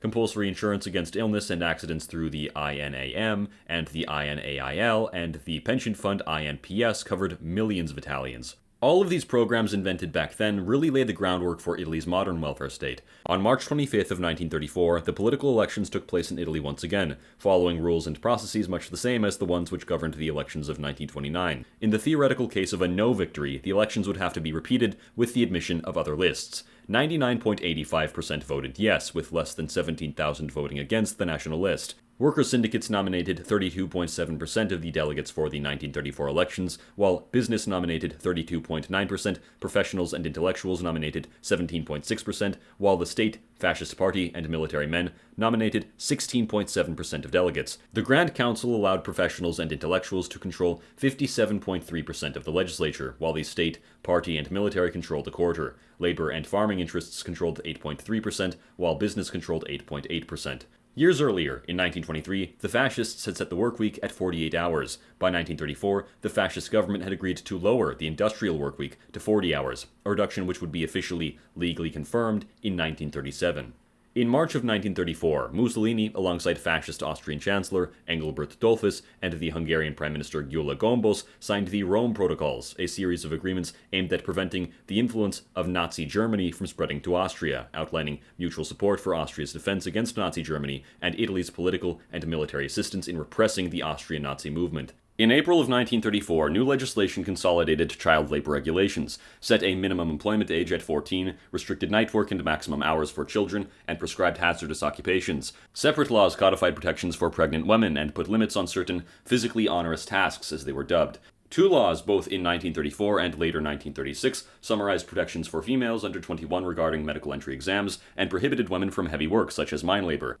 By the 1936 census, there were 5,247,002 gainfully occupied women, some 27.2% of the workforce, so these protections affected a substantial share of working people. According to the generally anti-fascist paper, Women Under Italian Fascism, fascism had found Italian women in a backward political and social condition under the preceding liberal rule. The trend from 1880 to 1915 had been to reduce the proportion of women in the workforce. In 1881, 40.1 to 51% of the female population was employed, though by 1921 this number had declined to 26.7%. By 1931, in the middle of fascist rule, it was 18.5%. Only in 1951, years after the fall of fascism, was there even a slight increase to 20.2%. However, under fascist rule, female university enrollment dramatically increased. In 1911 to 1912, female university enrollment was 3 to 9%. By 1935 to 36, it had increased to 17.4% and to 29.9% by 1942 to 43. In April of 1934, the Giornale della Donna, an official National Fascist Party paper, began a page for university women, which promptly became a popular board for diverse and dissenting opinions. One member of a fascist university group in Rome, for example, protested against the limitations placed upon Italian women. In the words of Alexander the Grand, the fascists never closed off access to higher education to women. Giuseppe Bataille, the Minister of National Education, in the latter part of the 1930s, and his associates explicitly rejected this alternative, although there was some mention of women's schools in the school charter, the 1939 school reform, promulgated by Bataille. The women's schools were designed to prepare girls for housework and professions related to the rearing of children. In fact, such schools were not really new and had never attracted the more ambitious female students. The crucial fact was that women could continue to attend the same schools as their male counterparts and to study the same materials. In 1934, the fascist prime minister declared his total support for the Zionist cause, stating to the Jewish fascist Cesare Goldman, "I am a Zionist, me." At the same time, a Jewish section of the maritime school at Civitavecchia, known as the Beitar Naval Academy, was established. This Jewish section would come to be known as the origin point of the Israeli Navy. Several young revisionist Zionists were sent to the National Fascist Party's training schools, and the next year thought would be given at the Foreign Ministry to the idea of making revisionist Zionism into a fully fledged fascist movement, as is covered by Michael A. Ledeen. On July 25th of 1934, during a period of extreme political unrest in Austria, 154 SS men disguised as Bundesheer troops stormed the Austrian chancellery and assassinated Austria's Chancellor Engelbert Dollfuss, a close ally of Fascist Italy. Simultaneous uprisings erupted in Carinthia, Styria, and Upper Austria, including violent clashes around Judenburg, Leoben, and Schladming. The Nazi conspirators had hoped that the Austrian military and police forces would defect, but most in fact remained loyal to Dollfuss's Fatherland Front government. In the Kohlerschlag region near the German border, members of the Austrian Legion crossed from Bavaria and attacked border positions, further revealing German involvement when a courier was captured carrying plans for the coup known as the Kohlerschlag document. Mussolini, hosting Chancellor Dollfuss's family at the time, reacted with fury. He rapidly deployed troops to the Brenner Pass and personally warned Adolf Hitler against any further interference in Austria. 40,000 to 50,000 troops were mobilized to the Austrian border. 4 divisions were deployed to Verona, Padova, and Bolzano. The Regia Aeronautica also dispatched reconnaissance aircraft to support the mobilization. Hitler, caught off guard by Italy's assertive stance, denied any role in the assassination, and the putsch failed within days. Throughout all of this chaos engulfing Europe, Mussolini pursued a course of European stabilization. In September of 1934, he pledged to France that Italy would denounce any support for Germany's revisionist demands concerning the Treaty of Versailles, entirely distancing Italy from Hitler's ambitions in Central Europe. In what came to be known as a proposed Pax Romana, Mussolini promised to police Europe against Nazi expansion, even going so far as to suggest a military alliance backed by 1.5 million bayonets and 7,000 aircraft in cooperation with France and the Little Entente, Yugoslavia, Czechoslovakia, and Romania. In fiery speeches delivered in Lecce and Bari, he condemned Nazi Germany's policies and warned against any attempt to annex Austria. In December of 1934, the Montreux Fascist Congress was held, organized by Fascist Italy's Committees of Action for the Universality of Rome. The Congress was convened as an anti-Nazi initiative intended to form a unified fascist internationale. The German Nazi Party was banned from the conference, though all other movements from across Europe were welcome to participate. The Congress thus assembled a patchwork of these self-declared European fascist movements, which immediately split into factions. The pro-Italian camp led by the host, the CAUR, and including the French Francists and the Belgian National Legion, clashed with the Nordic so-called fascist delegations led by Vidkun Quisling of Norway and Fritz Clausen of Denmark, while a majority of delegates attempted to broker an unsteady middle ground between the fascists and the Nordicizing parties present. Official delegations from 13 countries formed the core membership of the gathering. These full participants who engaged in debates and voted on resolutions included the Romanian Iron Guard, the Austrian Heimwehr, the Dutch Black Front, the Swiss Fascist Federation, and the Irish Blue Shirts. Spain's Phalange permitted individual members to attend the Congress, but refused an official presence on the principle that the Phalange was a solely national movement, and the people of Spain were not yet ready to join an internationale due to their individualist spirit, a stance its leader, José Antonio Primo de Rivera, publicly affirmed. The Congress's nature was most evident in the heated debate which took place against the pro-Nazi participants regarding the supposed Jewish question, which culminated in a narrow-worded resolution on anti-Semitism rejecting the Nazi model of a universal campaign of hatred against the Jews, a total rebuke of the core beliefs of Nazi Germany, and the rejection that they could ever be aligned with fascist thought. Alarmed by Adolf Hitler's open rearmament in the Air Force, as well as his conscription and army expansion, Mussolini took the lead in calling for a summit at the Borromeo Palace on Isola Bella. From April 11th to the 14th of 1935, Mussolini sat down with Britain's MacDonald and France's Laval to forge a concerted stand against Germany's Versailles-breaking military expansions. Italy pushed the hardest for firm guarantees, reaffirming Locarno, binding Austria's independence, and pledging unified consultation before any further German moves. On April 14th, the Stresa Front against Nazi Germany was established, a pact between Fascist Italy, France, and Britain. The Stresa Front, which Italy had attempted to form against German aggression, quickly collapsed as in June of 1935, Britain signed off on a secret Anglo-German naval agreement. This struck Italy as a total betrayal of the collective Western stand against Adolf Hitler. Concluding that Britain and France would not enforce Versailles, Italy had nonetheless made its bold bid to stop German expansion. This failed alliance freed Fascist Italy to pursue its goals in Ethiopia, with the government now convinced that Europe would do nothing to stop its own imperial ambitions. On October 3rd of 1935, Mussolini ordered some 200,000 troops from Eritrea and Italian Somaliland to invade Ethiopia, then known as Abyssinia, aiming to secure new sources of minerals, agricultural land, and national prestige. The campaign, characterized by intensive use of mechanized units and air power, concluded with the capture of Addis Ababa on May 5th, 1936, and the proclamation of the Italian East African Empire. Ethiopia, one of the few remaining independent territories in Africa, had until then been plagued by internal strife.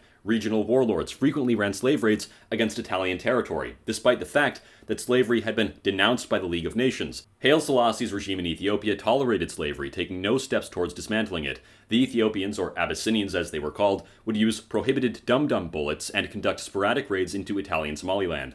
Angel Del Boca, an Italian communist historian, claimed to have documented forced labor and widespread brutality by the Italians against the Ethiopians during this war, supposedly drawing on military and diplomatic archives. In truth, Boca frequently would omit or cut out sections of these archives which disagreed with him. For example, he sidelines the fact that local contractors were paid in cash or supplies for their road-building crews, and that a secondary market developed in which Ethiopian workers spent wages on local goods. These mitigating details appear only in his footnotes at the very most. Internally, the conquest was hailed as the triumph of Italy's right to the sun, liberation of Abyssinians from slavery, and the rebirth of a modern Rome. The League of Nations, driven by Britain, condemned the so-called aggression, imposed a naval blockade, and enforced economic sanctions, measures that only drove Italy closer to Hitler's Germany.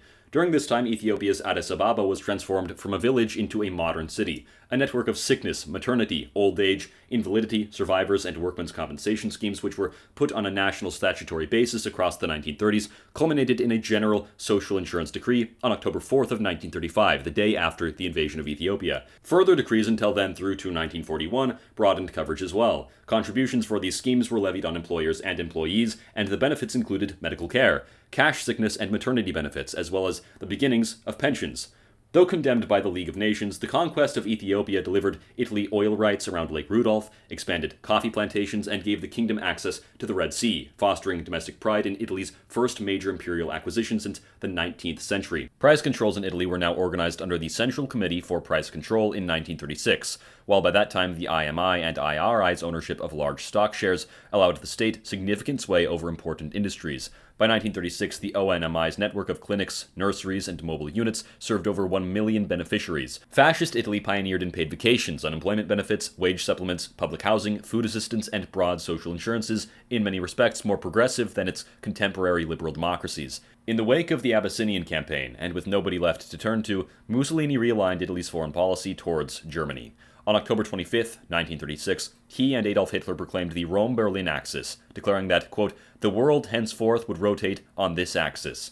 Later, in 1937, internally the IRI was made a permanent governmental body, now controlling almost half of Italian capital stock and nearly 18% of all national capital. Around this time, 80% of credit in the Italian economy was directly or indirectly controlled by the public sector. Italy's political military rapprochement with Germany was solidified, despite their divergent political systems, by the Anti-Comintern Pact of 1937 against the Soviet Union, and culminated in the Pact of Steel on May 2nd of 1939, formalizing a full alliance that bound Italy to Germany's war plans. Even until 1936, the fascist state had maintained positive relations with the Italian Jews. As noted by the Holocaust Museum, fascist Italy, like Bulgaria, did not willingly implement the final solution of Nazi Germany. They note, however, that, quote, as a result of Mussolini's rapprochement with Hitler, the situation of the Italian Jews worsened, and on November 17th of 1938, marriage between Jews and non-Jews was forbidden by law.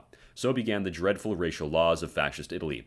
Italy had implemented the racial laws of 1938 to appease the Germans, who they now knew that they would have to enter into at least a temporary military alliance with out of strategic necessity. Despite how regressive the race laws were on paper, they were never really implemented, both within Italy and in the occupied territories as well, a fact which was complained about ad nauseum by both Heinrich Himmler and Joseph Goebbels over the course of the war. For example, far later on April 11th of 1943, Goebbels would write in his diaries, thus, the shameful spectacle could be seen in France that, when the Italians took over part of the newly occupied territory, the Jews whom the French had already arrested, following our own racial legislation, were released again by the Italians.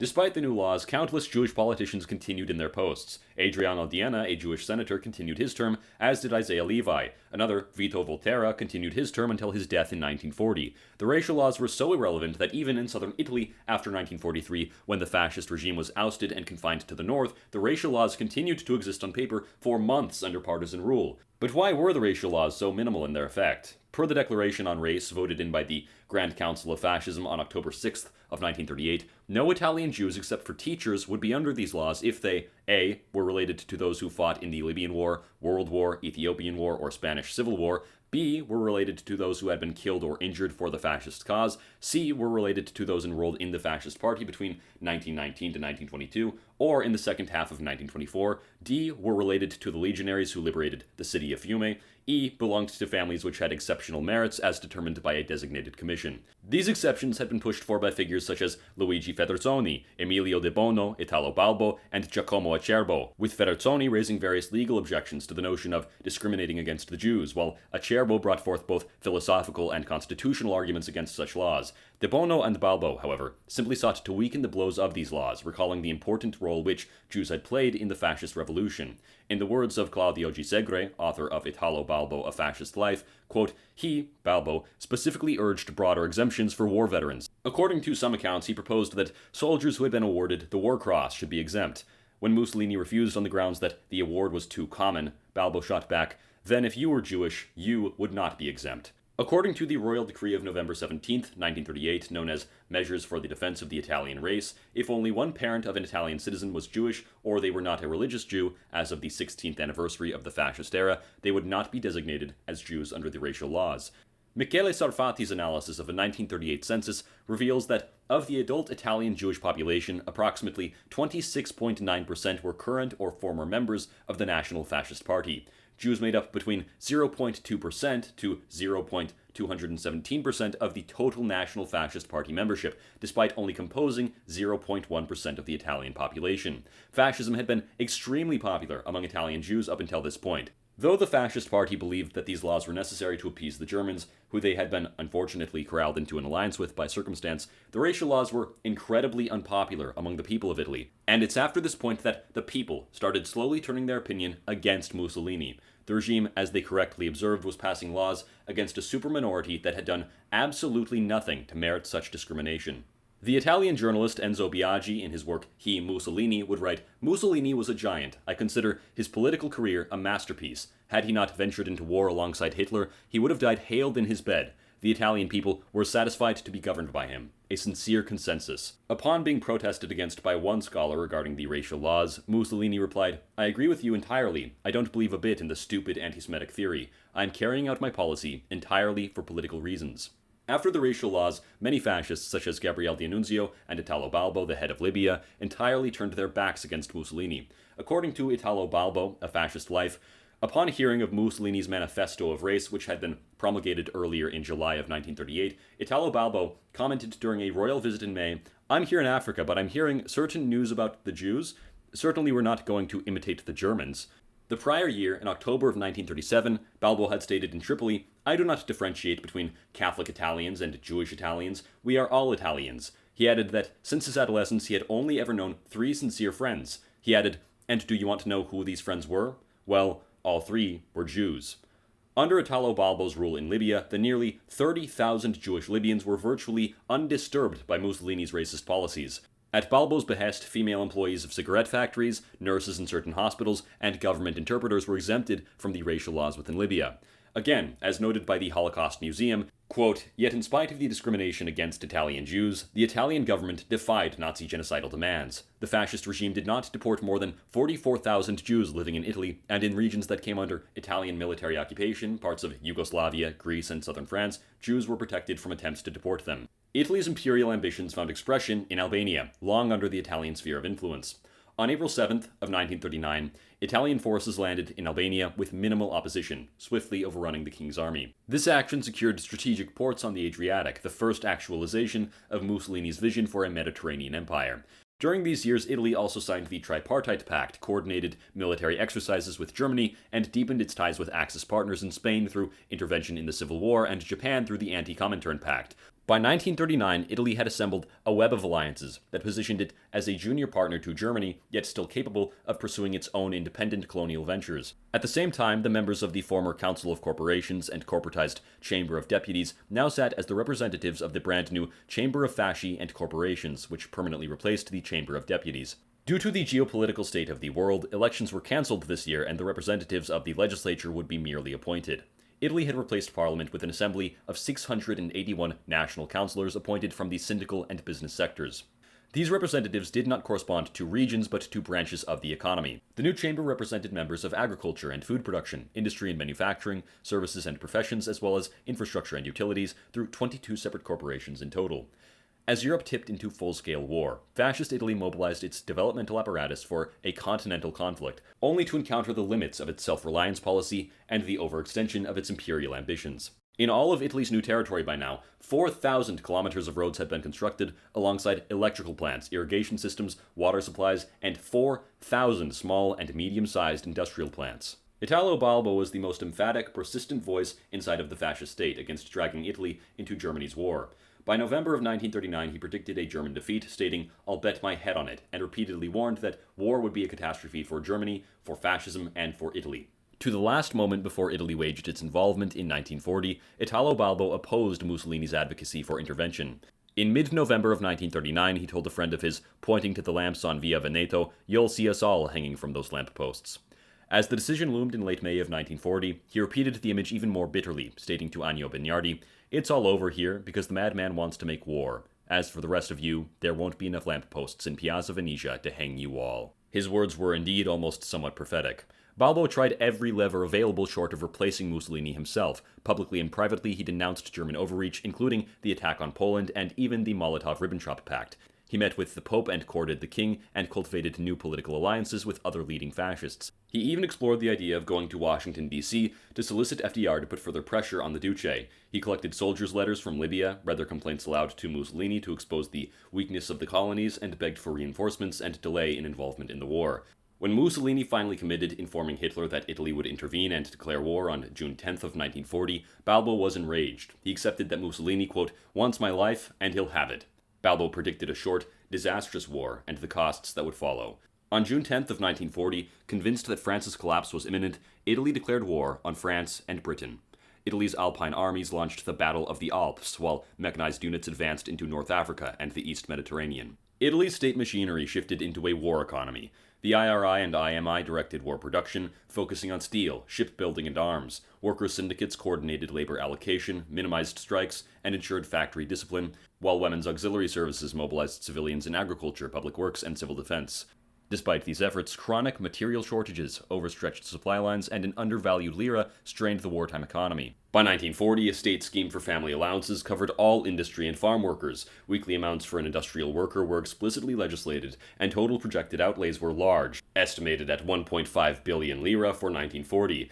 These measures were significant because prior to them, welfare provision had been somewhat uneven and largely occupational or voluntary. By 1942, inflation and rationing bites had grown acute, though the regime still managed to maintain its impressive social welfare record as it promised post-war reconstruction. On February 6th of 1942, the Nazi Joseph Goebbels would denounce fascism privately, stating, quote, the Italians are not only doing nothing about the war effort, but they are hardly producing anything worthwhile in the realm of the arts. One might almost say that fascism has reacted upon the creative life of the Italian people rather like sterilization. It is, after all, nothing like National Socialism.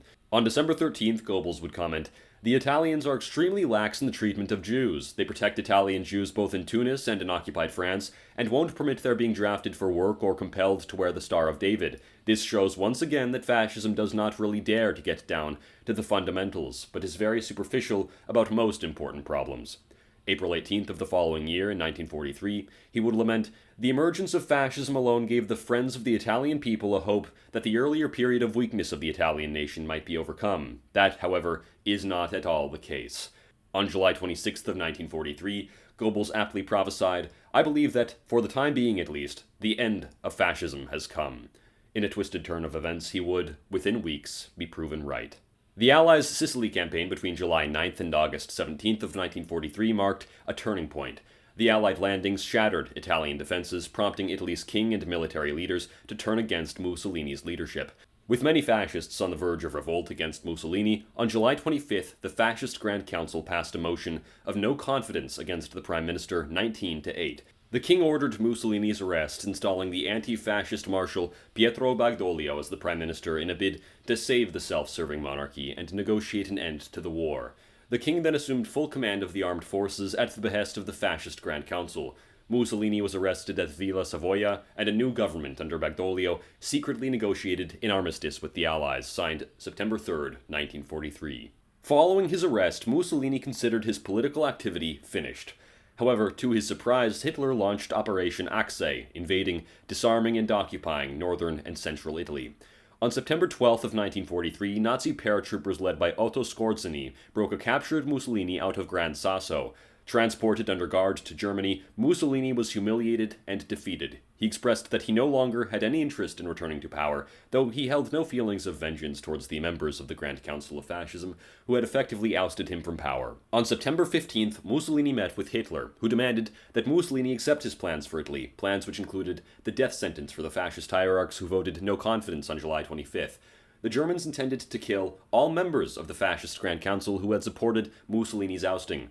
Besides the execution of most of the members of the Fascist Grand Council, Hitler also demanded that Mussolini return to lead a new German puppet state in northern and central Italy under German military occupation. According to the Goebbels diaries, Mussolini attempted to soften the punishment at least for Galeazzo Ciano, arguing that Ciano was his own son-in-law, his own daughter was married to Ciano. Despite the pleas of Mussolini, Hitler callously replied that this only meant that Ciano's death ought to be worse than that of the others. There was nothing that Mussolini could do. Hitler had already made up his mind. During the Verona trial before the Nazis sentenced him to death, Ciano recalled how Mussolini had personally intervened on his behalf, only to be met with open hostility from Joachim von Ribbentrop.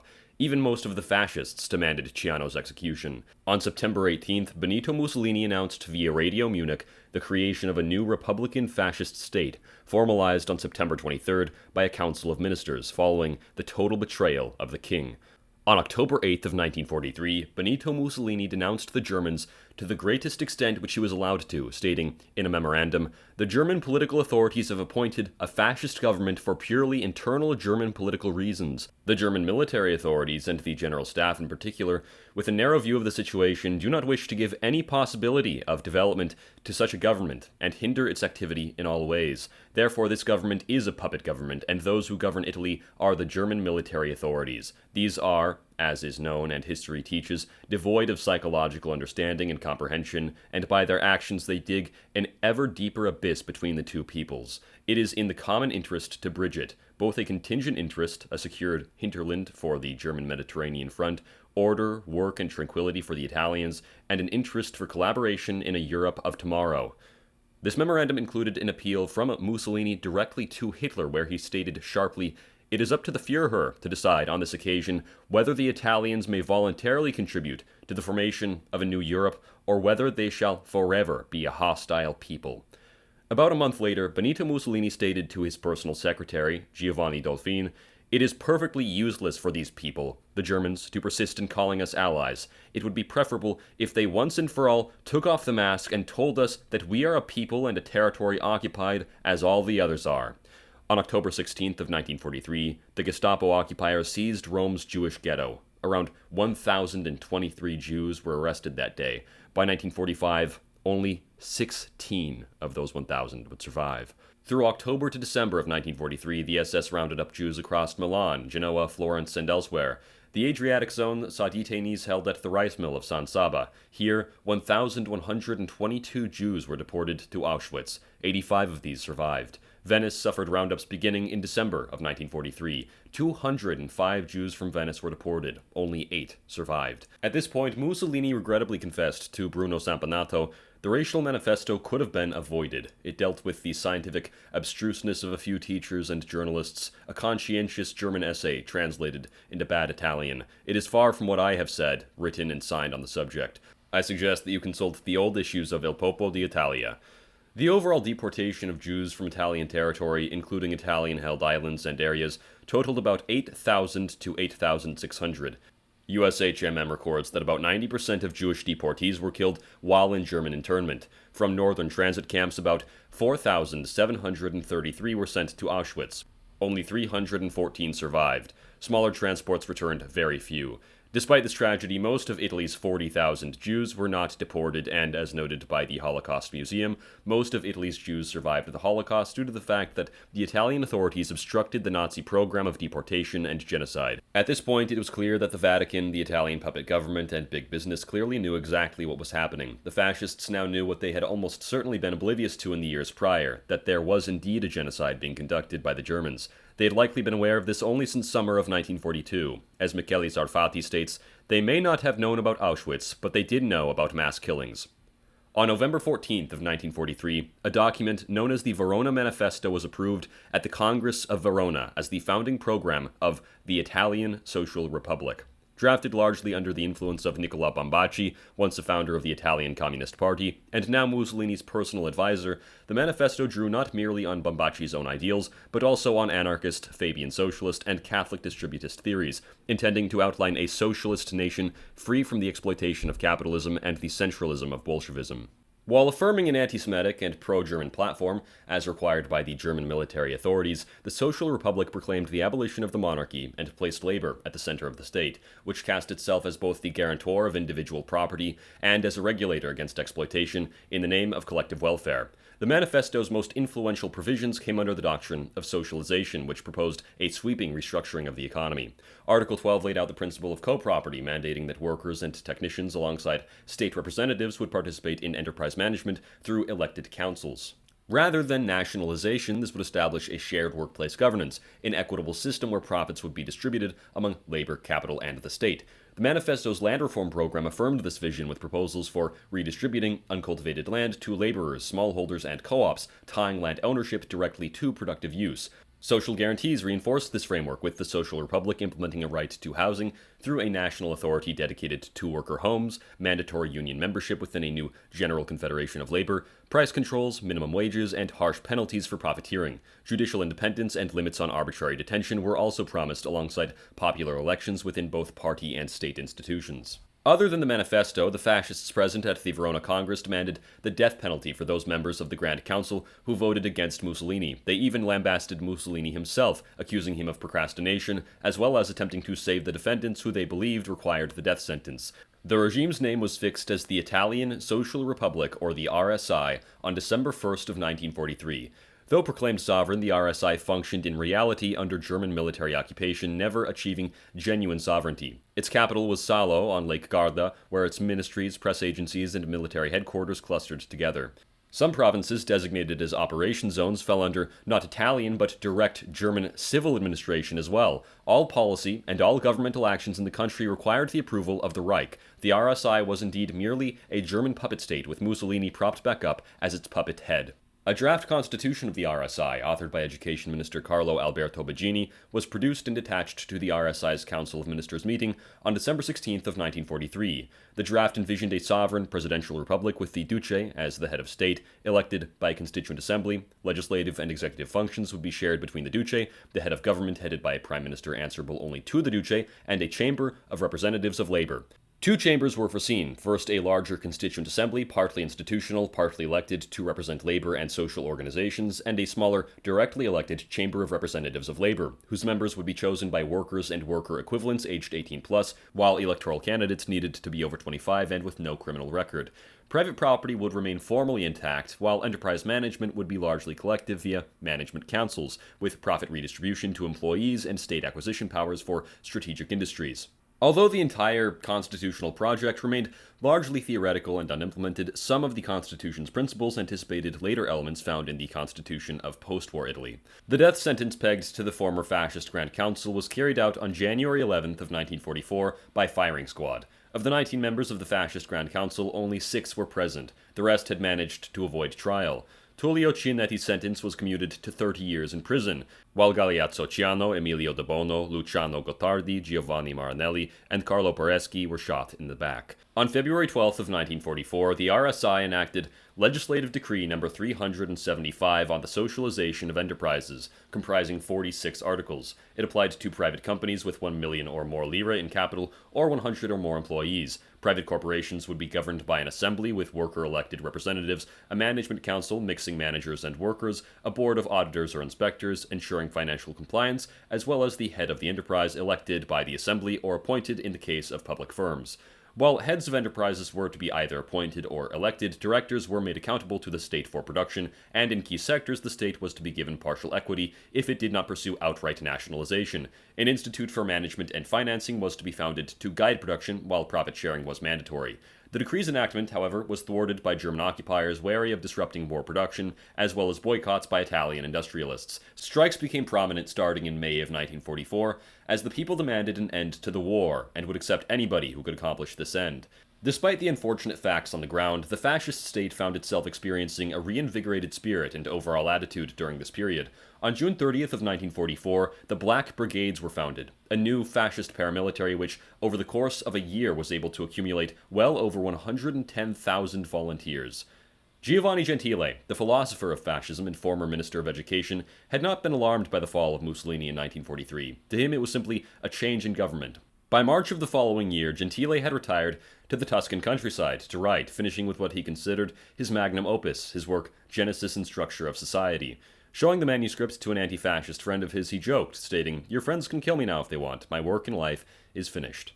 It was a statement of a man at peace with his intellectual legacy. After this, Gentile began to receive death threats, not for his own actions, but for war crimes that he, a retired elderly man, had nothing to do with. One letter held him responsible for the execution of 5 young men by RSI militiamen on March 22nd of 1944. This crime had in fact been conducted by a certain Major Mario Carita, who Gentile personally despised and had previously denounced for Carita's excessive violence. Recognizing the danger of these threats, the Italian government offered him an armed escort. In a final act of character that sealed his fate, the elderly philosopher refused, stating with dignified vulnerability, "I am not so important, but then, if they have accusations to make against me, I am always available."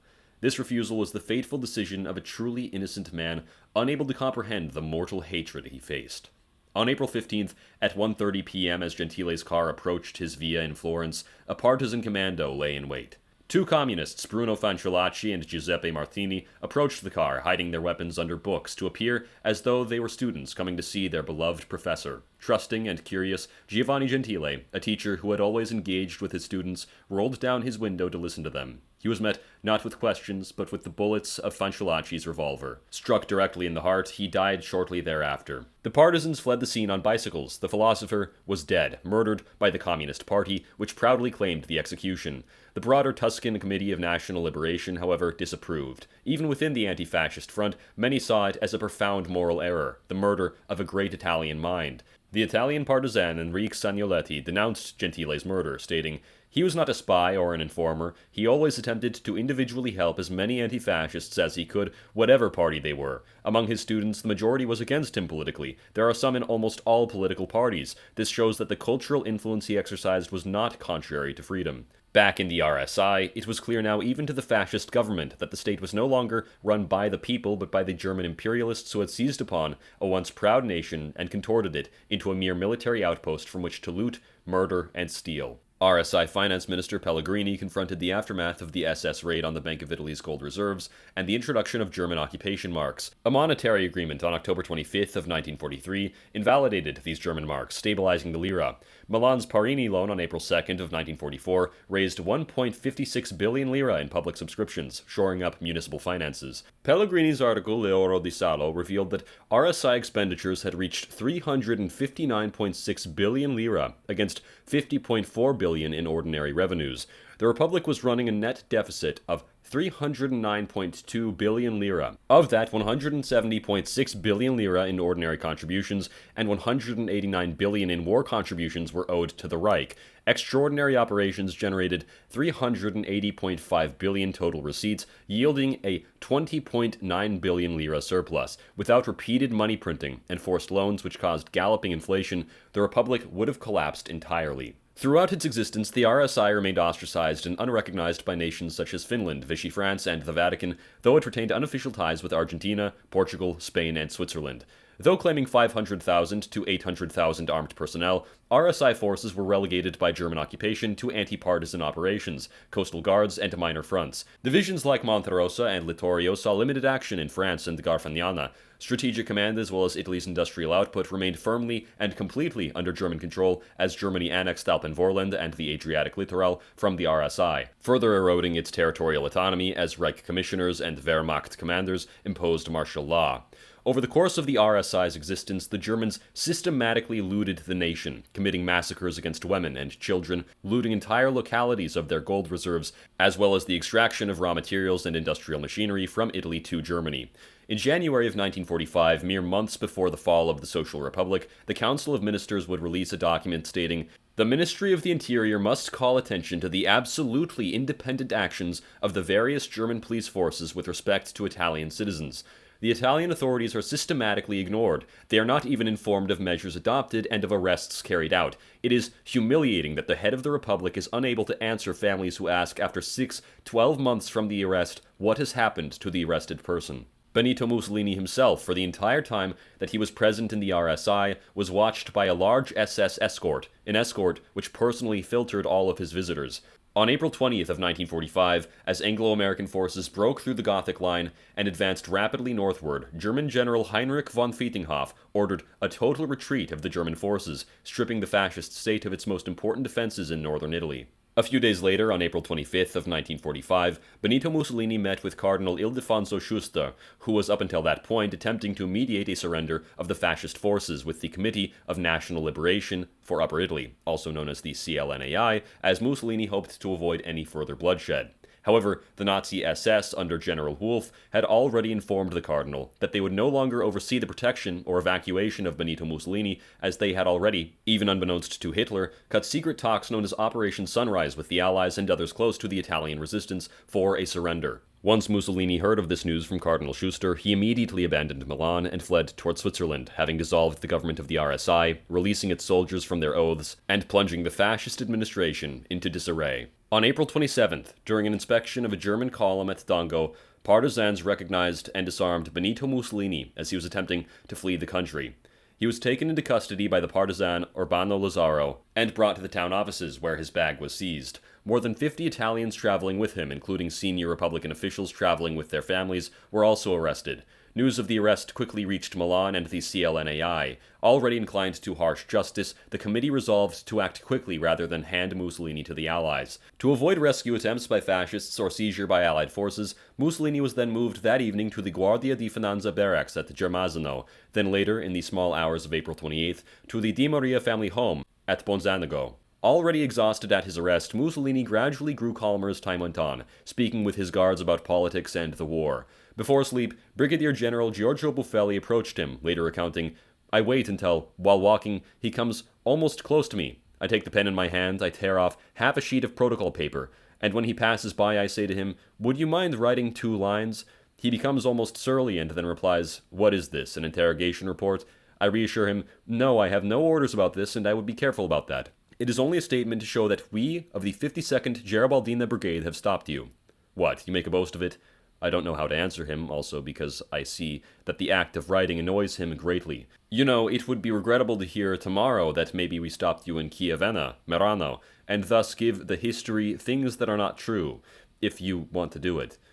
He becomes more docile, and I see that he is sorry not to oblige me.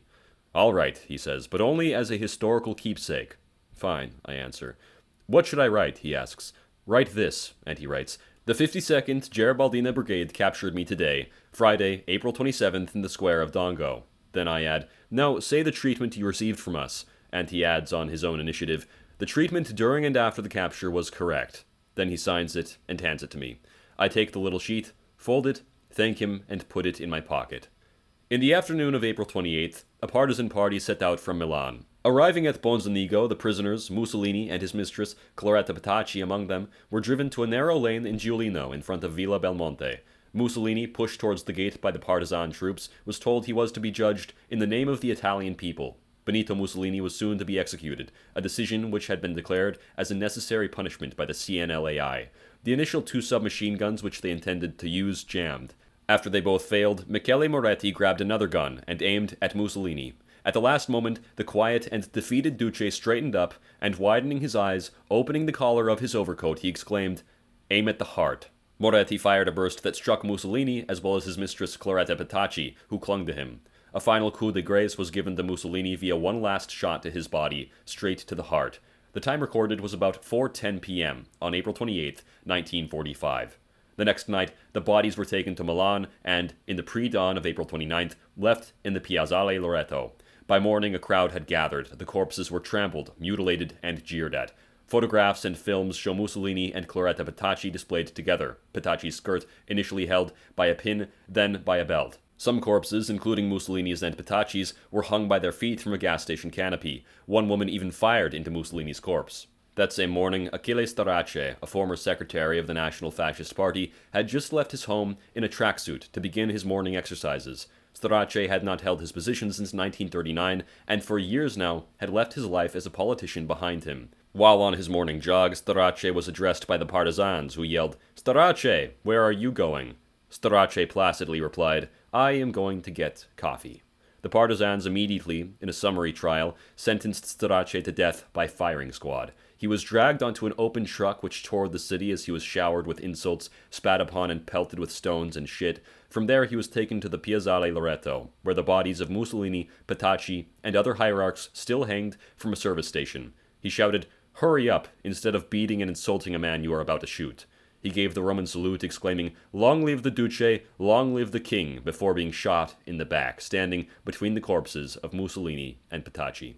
One journalist, Indro Montanelli, who was present at Loreto, described the events which took place at the Piazza as a ferocious mockery and a disgraceful spectacle. He was among the many citizens of Milan who were horrified by the disturbed violence of the partisans. Even Ferruccio Parri, the anti-fascist future Prime Minister of Italy, referred to the display of Mussolini's corpse as a Mexican-style butcher's spectacle, while the socialist Sandro Pertini stated, "At Piazzale Loreto, the insurrection has been dishonored." The northern military's collapse was formalized with the unconditional surrender of German forces in Italy on May 2nd of 1945, though some RSI units, like those in the Ligurian army, continued to surrender to Allied and Brazilian forces through early May, bringing a final end to all hostilities. The World War was over, and with it, the genocide of tens of millions of people, the utter annihilation of France, Germany, Italy, as well as many Eastern European nations, and the tarnishing of the word fascism itself. After the war ended, an international campaign was launched by the USSR, UK, and United States, which would seek to forever conflate Nazism and fascism as if they were the same ideology. The Ventennio, the 20-year fascist era, had come to an end, its grand imperial successes and political achievements overtaken by global conflict, while its leaders were strung by their ankles dead in the town square of Milan. The era of fascism, at least in Europe, at least for now, had ended. Despite the death of the regime, the Republican Fascist Party's legacy continued on under the Italian social movement for decades until 1995, with its membership peaking in 1963 at 240,063 members. For over 2 decades, Italy under fascism had crafted what scholarship aptly calls a developmental dictatorship. Starting from the disarray of post-World War I politics, the regime established a syndicalist state, integrating labor, capital, and social welfare under state supervision, achieving self-reliance in food, energy, and strategic industries, all while securing and developing new colonies. It reshaped education, culture, and the physical landscape of Italy itself. The fascist state sought nothing less than to build a new civilization based upon discipline, sacrifice, and national unity. Yet in the end, history is not written by builders, but by victors.